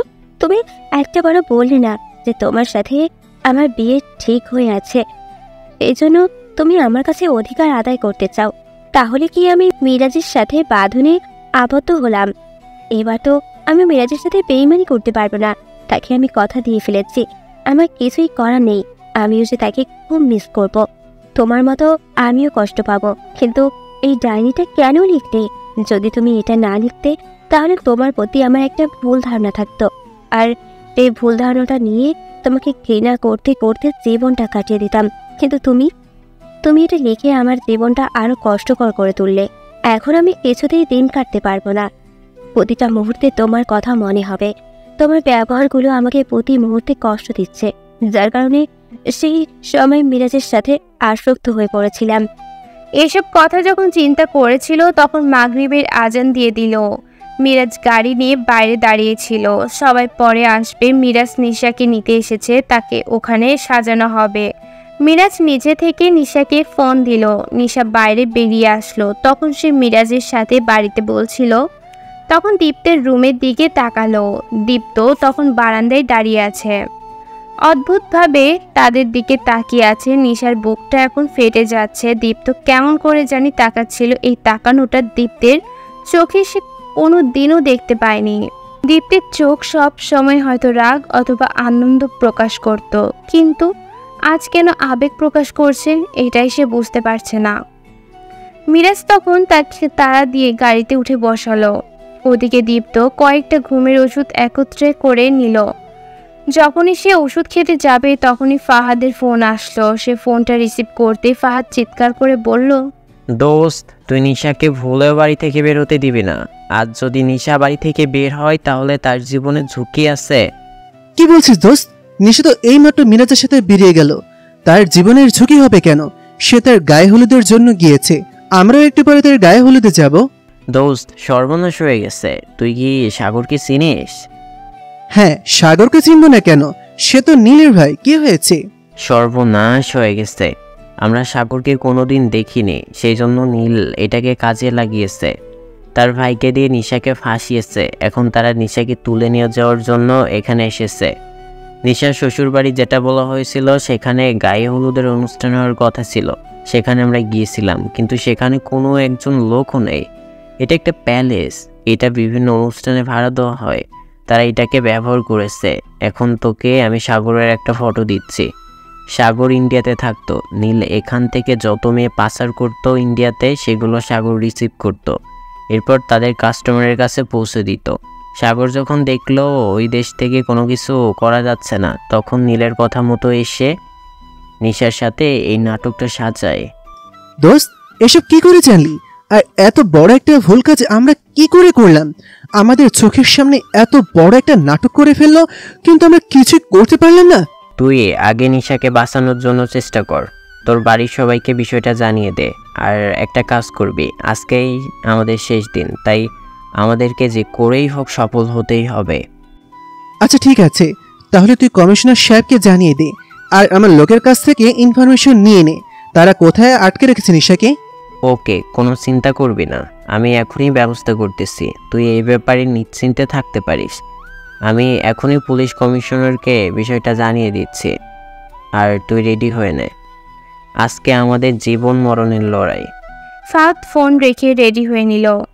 আজ তার জীবনে কি ঘটতে চলেছে এটা সে নিজেও জানে না, তবে বন্ধুর কারণে এটা করতেই হবে, কারণ দীপ্ত তাকে যতটুকু সহযোগিতা করেছে ততটুকু সহযোগিতা হয়তো কেউ করেনি তাকে। সেই জন্য বন্ধুর জন্য জীবন দেওয়াটাও তার কাছে ভাগ্যের ব্যাপার। দীপ্ত রেডি হয়ে নিল, তার বাবা মাকে সবকিছু জানিয়ে দিল এবং সময় মতো তাদেরকে উপস্থিত হওয়ার কথা বলল। তার বাড়ির সবাই দীপ্তকে যেতে বারণ করেছিল, তারা বলেছিল পুলিশ নিয়ে যাওয়ার কথা, কিন্তু দীপ্ত অপেক্ষা করতে পারবে না, কারণ যে করেই হোক নিশাকে বাঁচাতে হবে। নিশাকে তারা এত বড় একটা প্ল্যানে ফাঁসিয়ে দিয়েছে, তার সাথে শত্রুতার কারণে নিশা ফেঁসে গেছে, এটা সে মেনে নিতে পারছিল না। নিশা দেখতে পেল কিছু দূর যেতেই মিরাজের গাড়িতে আরও 2টা ছেলে উঠল। ছেলেগুলোকে সে চিনতে পারছিল না, ছেলেগুলো তার দিকে কেমন করে জানি তাকাচ্ছিল, এটা নিশা মেনে নিতে পারছিল না। সে মিরাজের কাছে বারবার অভিযোগ জানাচ্ছিল ইশারায়, কিন্তু মিরাজ স্বাভাবিকভাবে বসে আছে। একটু পর তাকে নিয়ে আসা হলো একটা পুরনো বাড়ির সামনে, কিন্তু এটা তো বিয়ে বাড়ি বলে মনে হচ্ছিল না। তখন নিশা মিরাজকে প্রশ্ন করলো, কি ব্যাপার মিরাজ, এটা তো তোমার বাড়ি মনে হচ্ছে না, তুমি আমাকে এখানে কেন নিয়ে এসেছো? এখানেই তোমার আসল বিয়ে বাড়ি, তোমাকে এখানেই আমি বিয়ে করব, তবে এভাবে না, ভয়ঙ্করভাবে। মিরাজের হাসি দেখে নিশার হাত পা কাঁপতে শুরু করলো। এটা কি হচ্ছে তার সাথে, সে কিছুই বুঝতে পারছিল না। তাকে টেনে ভিতরে নিয়ে যাওয়া হলো, এরপর চেয়ারের সাথে বেঁধে ফেলা হলো। তার কাছে কেমন জানি মনে হচ্ছিল সব কিছু। সে কান্না করতে শুরু করলো। একটু পর দেখলো সেখানে নীল এবং মিরাজের বাবা মা বলে পরিচয় দিয়েছিল যারা, তারা চলে এসেছে। তখন নীল এসে মিরাজের সামনে দাঁড়াতেই নিশা কান্না করে বলল, নীল ভাইয়া প্লিজ আমাকে বাঁচান, মিরাজ আমার সাথে অভিনয় করেছে, আমাকে বিয়ে করার নামে এখানে ধরে নিয়ে এসেছে। তখন নীলও তাদের সাথে হাসতে শুরু করলো আর চিৎকার করছে। নিশা কি করবে কিছুই বুঝতে পারছিল না। তখন সে কান্না করতে করতে সেই লোকটার দিকে তাকিয়ে বলল, আঙ্কেল আন্টি প্লিজ আমাকে বাঁচান, আপনার ছেলে এসব কি করছে, আমাকে কেন এখানে ধরে নিয়ে আসা হলো? আর আপনারা দাঁড়িয়ে কি দেখছেন? আমার সাথে এত বড় একটা অন্যায় করা হচ্ছে, কিন্তু আপনারা কিছুই বলতে পারছেন না। ওরা কি বলবে? ওরা শুধু আমার টাকায় সাজানো সামান্য একজন অভিনেতা। তোকে আমি সব কিছু বলতেছি। তুই যে মিরাজের সাথে সম্পর্ক করেছিস, সে হচ্ছে আমার ভাই সাগর, তোর সাথে অভিনয় করেছিল। এতদিন আমি দীপ্তর কাছ থেকে প্রতিশোধ নেওয়ার জন্য তাকে এই নাটক করতে বলেছিলাম। দীপ্তের কাছ থেকে আমি কোনো মতে ক্ষমতা দখল করতে পারছিলাম না। ভার্সিটির ভিপি আমার হওয়ার কথা ছিল, কিন্তু দীপ্তের কারণে কোনো মতেই হতে পারছি না। সেই জন্য দীপ্তের সবচেয়ে দুর্বল জায়গা খুঁজে বের করেছি। দীপ্ত আমার সবচেয়ে প্রধান বন্ধু ছিল স্কুল লাইফে, আমাকে ছাড়া কিছুই বুঝতে পারতো না, কিন্তু কলেজ লাইফে যখন ঢুকে তখন তোকে দেখতে পেলাম। তখন আমি দীপ্তকে বলেছিলাম আমার সাথে মিলে দুজন মিলে তাকে রেপ করার কথা, কিন্তু দীপ্ত কিছুতেই রাজি হয়নি। সেই দিন থেকে আমার সাথে বন্ধুত্ব নষ্ট করে দিয়েছে এবং এরপর থেকে নিজে একা সব কিছু করতে শুরু করেছে। আর আমি গড়ে তুলেছি আমার এই সাম্রাজ্য, আমার পাপের সাম্রাজ্য। এখানে তোকে আমি শেষ করে দিব। দীপ্ত একটু পরে চলে আসবে, আমি ওকে কল দিচ্ছি, ওয়েট কর। আমরা এমন ভাবে নাটকটা সাজিয়েছি যাতে কেউ কিছু বুঝতে না পারে। দীপ্তের জীবনে একটা দুর্বলতা, সেটা হচ্ছিস তুই, আর আমি সেটাকে কাজে লাগিয়ে হা হা হা হা হা। নিশা কথাগুলো শোনার পর কান্নায় ভেঙে পড়ল, কারণ দীপ্ত তাকে এতটা ভালোবাসতো যে তার দুর্বলতার সবচেয়ে ভয়ঙ্কর জায়গাটা ছিল নিশা। নিশা এবার কি করবে? সে মিরাজের দিকে তাকিয়েছিল। মিরাজ তার ভাইয়ের সাথে হাসতে হাসতে গড়াগড়ি খাচ্ছিল। নিশার মনে নিজের প্রতি ঘৃণা জন্মে যায়, কারণ সে দীপ্তের সাথে খারাপ ব্যবহার করেছে এই ছেলেটার কারণে। ছেলেটা তার সাথে অভিনয় করলো, কিন্তু সে কিছুই বুঝতে পারল না। সে নিজের জীবন আর রাখতে চাইছিল না। সে এবার বুঝতে পেরেছে নীলের সাথে কথা বললে কেন দীপ্ত রেগে যেত। আজ যেন দীপ্তের প্রতিটা চেহারা তার সামনে ভেসে উঠছে, কিন্তু এই মানুষটার সাথে সে বেইমানি করেছে। আরেকটা ছেলেকে বিয়ে করার জন্য তার বাবা মায়ের জায়গা পূরণ করা বড় আব্বুর সাথে সে বেইমানি করেছে, তাদের কথার অবাধ্য হয়েছে। এসব মনে পড়তেই নিশার মরে যেতে ইচ্ছে করছিল। কিন্তু কেন জানি তার মন হঠাৎ ডাক দিল সে যখন মরেই যাবে তাহলে দীপ্তের জন্য একটু হলেও উপকার করে যাবে। সেই জন্য সে নীলের দিকে তাকিয়ে কান্না করে বলল, নীল ভাইয়া প্লিজ আমাকে মেরে ফেলো। আমার কোনো দুঃখ নেই, কিন্তু প্লিজ তুমি দীপ্ত ভাইয়ার কিছু করবে না। তুমি তো আমাকে মারতে নিয়ে এসেছো, আমাকে মেরে ফেলো, কিন্তু দীপ্ত ভাইয়াকে এখানে এনে মেরো না। হা হা হা, দীপ্তের জন্য এখন ভালোবাসা উতলে পড়ছে তাই না? কিন্তু তুই শুনে রাখ, তোর সাথে আমার কোনো শত্রুতা নেই। তুই তো আমার প্রাণের একটা গুটি ছিলি মাত্র। কিন্তু দীপ্তকে ব্যবহার করার সবচেয়ে ভালো উপায় ছিল না তোকে আমার বন্দি করে দীপ্তকে ব্ল্যাকমেল করব। সেই জন্য এখানে তোকে ধরে নিয়ে এসেছি। নিশা তখন কান্না করতে শুরু করলো আর তার হাতে কোনো উপায় নেই, তার কারণ সে নিজেই নিজের ক্ষতি করলো, সাথে দীপ্তের জীবনটাও ধ্বংস করে দিল। এদিকে পুলিশ অফিসাররা বেরিয়ে পড়েছে, জায়গার লোকেশনকেও একজন জানিয়ে দিয়েছে তাদেরকে, তারা সেখানে আসতে শুরু করলেন। এদিকে মিরাজ তখন তার ভাইকে বলল, ভাইয়া আমি এতদিনে তো অভিনয় করলাম, এই মেয়েটাকে যদি একটাবার ইউজ না করতে পারি তাহলে কিভাবে হবে বলো? আমার জীবনে আমি অনেক মেয়েদের সাথে বেড শেয়ার করেছি, কিন্তু এই মেয়ের মতো কাউকে দেখিনি, তাই ওকে আমি একটু ইউজ করতে চাই। তুমি আমাকে পারমিশন দাও। ঠিক আছে ভাই, তুই আমার ভাই, তুই একটা জিনিস চেয়েছিস আর আমি সেটা দেব না? এই তোরা ব্যবস্থা কর, আমার ভাইয়ের জন্য আজকে বিয়ে ছাড়া বাসর হবে। হা হা হা। নিশা তখন চিৎকার করে কান্না করতে শুরু করলো, বারবার না করছে, কিন্তু তাকে টেনে নিয়ে যাওয়া হলো একটা রুমের ভিতরে। কিন্তু যখনই নিশাকে রুমের ভিতরে প্রবেশ করানো হলো, পুরো বাড়ির আলো নিভে গেল। কেন জানি ভয়ঙ্কর একটা লেজার লাইট বারবার জ্বালাচ্ছিল আবার বন্ধ করছিল। এটা দেখার পর সাথে থাকা সন্ত্রাসীরা ভয় পেয়ে গেল, কারণ সে মাস্ক পরা লোক দুইটার আগমনের বার্তা এটা নিল, সেটা বুঝতে পারলো। কিন্তু সে অনেক বেশি রাগ দেখিয়ে রাফির দিকে তাকিয়ে বলল, রাফি, তোকে আমি বলছিলাম না সবকিছু ঠিকঠাক করে দেখতে? তাহলে এরা কোথা থেকে আসলো আর এরা আমার সাথে এত কেন শত্রুতা করেছে? আজকে কাউকে বের হতে দিব না, ওদের দুজনকে আজকে আমি শেষ করে ফেলবো।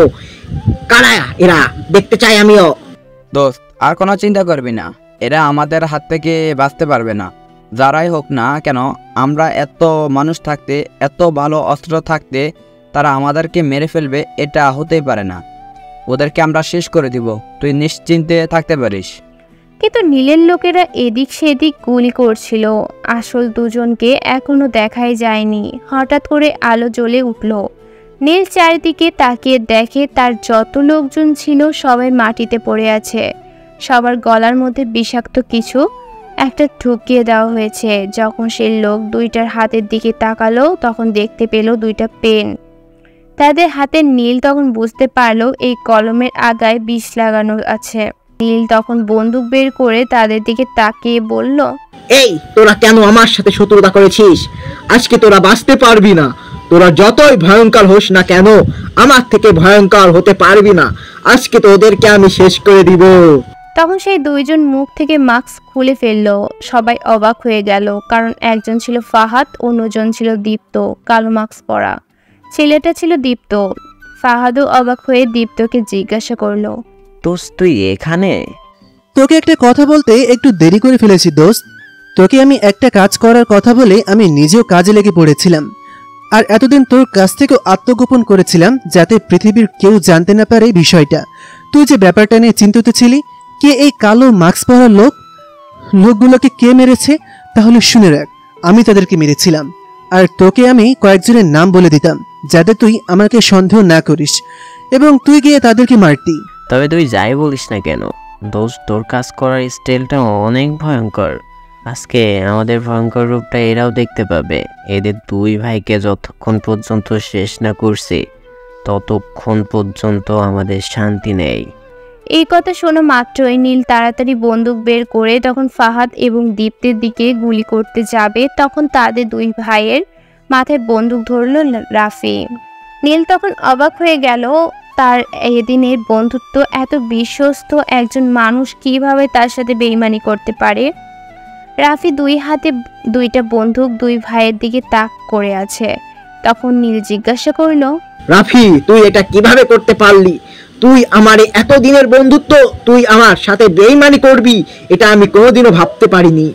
দীপ্ত তো ভাবতে পারিনি তুই তার সাথে বেইমানি করবি, তার ভালোবাসা মানুষকে নিয়ে এরকম খেলবি যে নিজের ছোটবেলার বন্ধুকে বেইমানি করে দূরে সরিয়ে দিতে পারে, সে 2 বছরের বন্ধুকে নিয়ে মূল্য দিবে না আমি ভালো করে জানতাম। তুই আমাকে ব্যবহার করেছিস এবং আমাকে দিয়ে খারাপ কাজ করানোর চেষ্টা করেছিস। আমি ভেবেছিলাম আমি যখন খারাপ কাজ করি তাহলে সেটা বিনামূল্য করবো কেন, সেজন্য আমি দীপ্তার সাথে কন্ট্যাক্ট করে ফেলছি। তো সব ইনফরমেশান আমি তার কাছে পৌঁছে দিতাম এবং দীপ্তর বিনিময়ে আমাকে মোটা অঙ্কের টাকা দিত। শুধুমাত্র জানতে পারিনি মিরাজ তোর ভাই না হলে এটাও আগে জানিয়ে দিতাম। আর এত বড় একটা প্ল্যান তুই কোনোদিনও সাজাতে পারতি না। নিশা তখন অবাক চোখে তাদের দিকে তাকিয়েছিল। এর মধ্যেই সেখানে পুলিশের গাড়ি চলে আসলো। দীপ্তের বাবা মাও পুলিশের সাথে এসেছেন। পুলিশ ভেতরে ঢুকেই তাদের দুজনে হাতে হাত করা পড়ালো। এরপর দীপ্ত এবং ফাহাদ পুলিশের কাছে চলে গেল। গিয়ে পুলিশ কমিশনারের দিকে তাকিয়ে বলল, স্যার, আমরা আপনার সাথে এতদিন ধরে নাটক করছিলাম। আমরা বিভিন্ন বিষয়ে আপনার সঙ্গে অনেক আলোচনায় যেতাম যাতে আপনারা আমাকে এবং ফাহাদকে সন্দেহ না করেন। আসলে সেই মাস্ক পরা 2 জন লোক আমরা 2 জনে ছিলাম। আপনি জানেন না বিষয়টা, আমাদের বিভিন্ন থানায় এরকম কিছু পুলিশ অফিসার আছেন যারা বিভিন্ন খুনের মামলা পর্যন্ত টাকার বিনিময়ে সমাধান করে দেন। আসল অপরাধীরা বাইরে ঘুরে বেড়ায়। সেজন্য আমরা সকল অপরাধীদেরকে শাস্তি দেওয়ার জন্য এরকম কাজ করেছি এবং আপনার কাছে সবকিছু প্রমাণসহ সবকিছু পাঠাতাম যাতে এই দিনের সম্মুখীন হওয়ার পর আপনি আমাদেরকে অভিযোগ করতে না পারেন। ভালো করেছো দীপ্ত। যদি তুমি আজকে এদের দুজনকে মেরে ফেলতে তাহলে আমাকে রেস্ট করতেই হতো। তোমাদের দুজনকে কিন্তু আজকে তোমরা এদের দুজনকে মারোনি। আমি তোমাদের দুজনের কাছে সাধুবাদ জানাই, তবে এরকম কাজ আর কোনোদিন করবে না। আজকের তোমাদেরকে ক্ষমা করে দেওয়া হলো। আর আমি সিদ্ধান্ত নিয়েছি এখন থেকে তোমরা দুজন আমাদের পুলিশ ডিপার্টমেন্টের গোয়েন্দা হিসেবে কাজ করবে। তোমাদের পড়াশোনা শেষ হওয়ার পর তোমরা এই কাজেই যোগদান করবেন। আশা করি আমার সিদ্ধান্তের প্রতি তোমরা দুজনেই সম্মান জানাবে। এদের দুজনকে নিয়ে চলো। ফাঁসির আদেশ আসার আগ পর্যন্ত এদেরকে একটু মালিশ করতে হবে। পুলিশ কমিশনার নীল এবং তার ভাইকে ধরে নিয়ে গেল। রাফি তখন দাঁড়িয়েছিল। রাফিকে চলে যাওয়ার নির্দেশ দিতেই সে পালিয়ে গেল, কারণ সবারই নিজের জীবনের প্রতি মায়া আছে। ফাহাদ গিয়ে নিশাকে বাইরে নিয়ে আসলো। দীপ্তের পরিবারের সবাই দাঁড়িয়ে আছে। দীপ্ত যখন চলে যেতে চাইলো, নিশা সেখান থেকে দৌড়ে এসে দীপ্তের পা জড়িয়ে ধরে কান্না করতে শুরু করলো। কান্না করতে করতে বলল, দীপ্ত ভাইয়া, তুমি আমাকে ছেড়ে চলে যেও না। আমি অনেক বড় একটা ভুল কাজ করে ফেলেছি। আমি জানি আমি তোমার সাথে অনেক বড় অন্যায় করেছি। তোমাকে আমি ভালোবাসি সেটা আজ উপলব্ধি করতে পেরেছি কিছুক্ষণের মধ্যে। কারণ তোমার প্রতি আমার অনুভূতি ছিল অনেক পুরানো। শুধুমাত্র ভুল বোঝার কারণে সেই অনুভূতিগুলো চাপা পড়ে গিয়েছিল। আমি জানি আমি যে কাজ করেছি সেটা ক্ষমার অযোগ্য, কিন্তু বিশ্বাস করো আমি না বুঝে করে ফেলেছি। তুমি তো আমার অনেক কাজই ক্ষমা করে দিয়েছ, এটা কেউ ক্ষমা করে দাও না প্লিজ। দীপ্ত তখন কি করবে কিছুই বুঝতে পারছিল না। নিশার কান্না সে সহ্য করতে পারে না, কিন্তু আজকে তাকে একটু শক্ত হতেই হবে। সেজন্য সে বলল, না নিশা, সব অপরাধ এরকম হয় না। তুই যে অপরাধটা করেছিস সেটা ক্ষমার অযোগ্য। তুই আমাকে ছাড়া অন্য কাউকে নিয়ে সুখী হতে চেয়েছিস। হয়তো সেটা মিরাজ না হলেও অন্য একদিন অন্য কেউ হয়ে যাবে, কিন্তু আমি তোকে ছাড়া বাঁচতে পারবো না। আমাকে আর আশা দেখাবি না। আবার যদি আমাকে ছেড়ে চলে যাস তাহলে আমি মরে যাব। এবার আমি অনেক কষ্টে ধৈর্য ধারণ করেছি। নিশা তখন দীপ্তকে উঠে জড়িয়ে ধরে কান্না করতে শুরু করলো। এরপর তার বড় আম্মু বড় আব্বুর দিকে তাকিয়ে বলল, ও বড় আম্মু, বড় আব্বু, আমি জানি আমি তোমাদের সাথে অনেক বড় অন্যায় করে ফেলেছি। তোমরা দীপ্ত ভাইকে বোঝাও না কেন। আমি আর কোনোদিনও তাকে ছেড়ে যাব না। সে যেভাবে বলবে আমি সেভাবেই চলবো। কোনোদিনও কোনো কথার অবাধ্য হব না। তোমরা প্লিজ তাকে বোঝাও। দীপ্ত নড়াচড়া করছে না। তারা বাবা মাও চুপচাপ দাঁড়িয়ে আছেন। দীপ্তের সিদ্ধান্ত তারা জানতে চান। নিশা তখন দৌড়ে গিয়ে পড়ে থাকা একটা বন্দুক এনে নিজের মাথায় ধরে বলল, দীপ্ত ভাইয়া, তোমার ধৈর্য শক্তি আছে। তুমি হয়তো ধৈর্য ধরে থাকতে পেরেছ, আমার দেওয়া আঘাত সহ্য করে থাকতে পেরেছ, কিন্তু আমি তোমার দেওয়া আঘাত সহ্য করতে পারবো না। আমার ধৈর্য শক্তি খুব কম। সেটা তুমি অনেক আগে থেকেই জানো। আজ আজ এই মুহূর্তে তুমি আমাকে ভালোবাসার কথা বলবে, না হলে আমি নিজেই মরে যাব। দীপ্ত তখন চোখ লাল করে এগিয়ে গেল, গিয়ে নিজের শরীরের সর্বোচ্চ শক্তি দিয়ে নিশার গালে থাপ্পড় মারল। নিশার গালে হাতের দাগ পড়ে গেল, কিন্তু এরপরেও নিশা শক্ত করে দীপ্তকে জড়িয়ে ধরে বলল, তোমার থাপ্পড় খাওয়ার জন্যই তো এতদিন ধরে অপেক্ষা করেছিলাম। আজ থেকে তুমি যত ইচ্ছে থাপ্পড় মারো, আমি কোনোদিনও তোমাকে কোনো অভিযোগ করব না। তবুও ছেড়ে যেও না দীপ্ত ভাইয়া। এতটাই যখন ভালোবাসিস তাহলে দূরে যাওয়ার কথা কেন চিন্তা করলি? আমি তো দূরে যেতে চাইনি, কিন্তু হঠাৎ করে কি থেকে কি হয়ে গেল। কিন্তু কথা দিচ্ছি, আগামীতে আর কোনোদিনও এরকম করব না। আমি তোকে করতেও দিব না, কারণ আজকেই আমি তোকে বিয়ে করব। সেটা তোমার ইচ্ছে, এখন যা হবে তোমার ইচ্ছেতেই হবে। তবে একটা কথা, আমার ইচ্ছেতেই করতে হবে। সেটা কি? আমি ওখানে দাঁড়িয়ে সবকিছু শুনেছি। তুমি এতদিন ধরে মানুষ খুন করেছিলে। এটা করতে পারবে না। যদি এটা করো তাহলে আমি তোমাকে ঘর থেকে বের করে দিব। আচ্ছা ঠিক আছে, আমি ভালো মানুষকে কোনোদিন খুন করিনি, আর সামনেও করব না, এই ব্যাপারে নিশ্চিন্ত থাকতে পারিস। আর পড়াশোনা শেষ করে স্যারের কথা মতন চাকরি পেয়ে যাব, তখন আর এসব করব না। ওকে, তাহলে তোমাকে একটা দিই। দীপ্ত নিশার এরকম কাজে হতভম্ব হয়ে গেল। সবাই হেসে একত্রে মিলিত হলো। আসলে ভালোবাসার গভীরতা তখনই বোঝা যায় যখন মানুষটা দূরে চলে যায়। মানুষটার অনুপস্থিতিতে মানুষ বুঝতে পারে সেই ভালোবাসার মানুষটা তার জীবনে কতটা গুরুত্বপূর্ণ ছিল। আজ গুটি কয়েক অন্যায়কারীদের জন্য পুরো সমাজের মানুষ কলঙ্কিত। তাই আমাদের অন্যায়কারীকে চিনতে হবে এবং সঠিক ভালোবাসাকে মূল্যায়ন করতে হবে। এতে করেই আমাদের জীবন সুন্দর এবং সুখের হবে। তো আজ এই পর্যন্তই, দেখা হবে পরবর্তী কোনো গল্পতে। সেই পর্যন্ত সবাই ভালো থাকবেন, সুস্থ থাকবেন। আসসালামু আলাইকুম।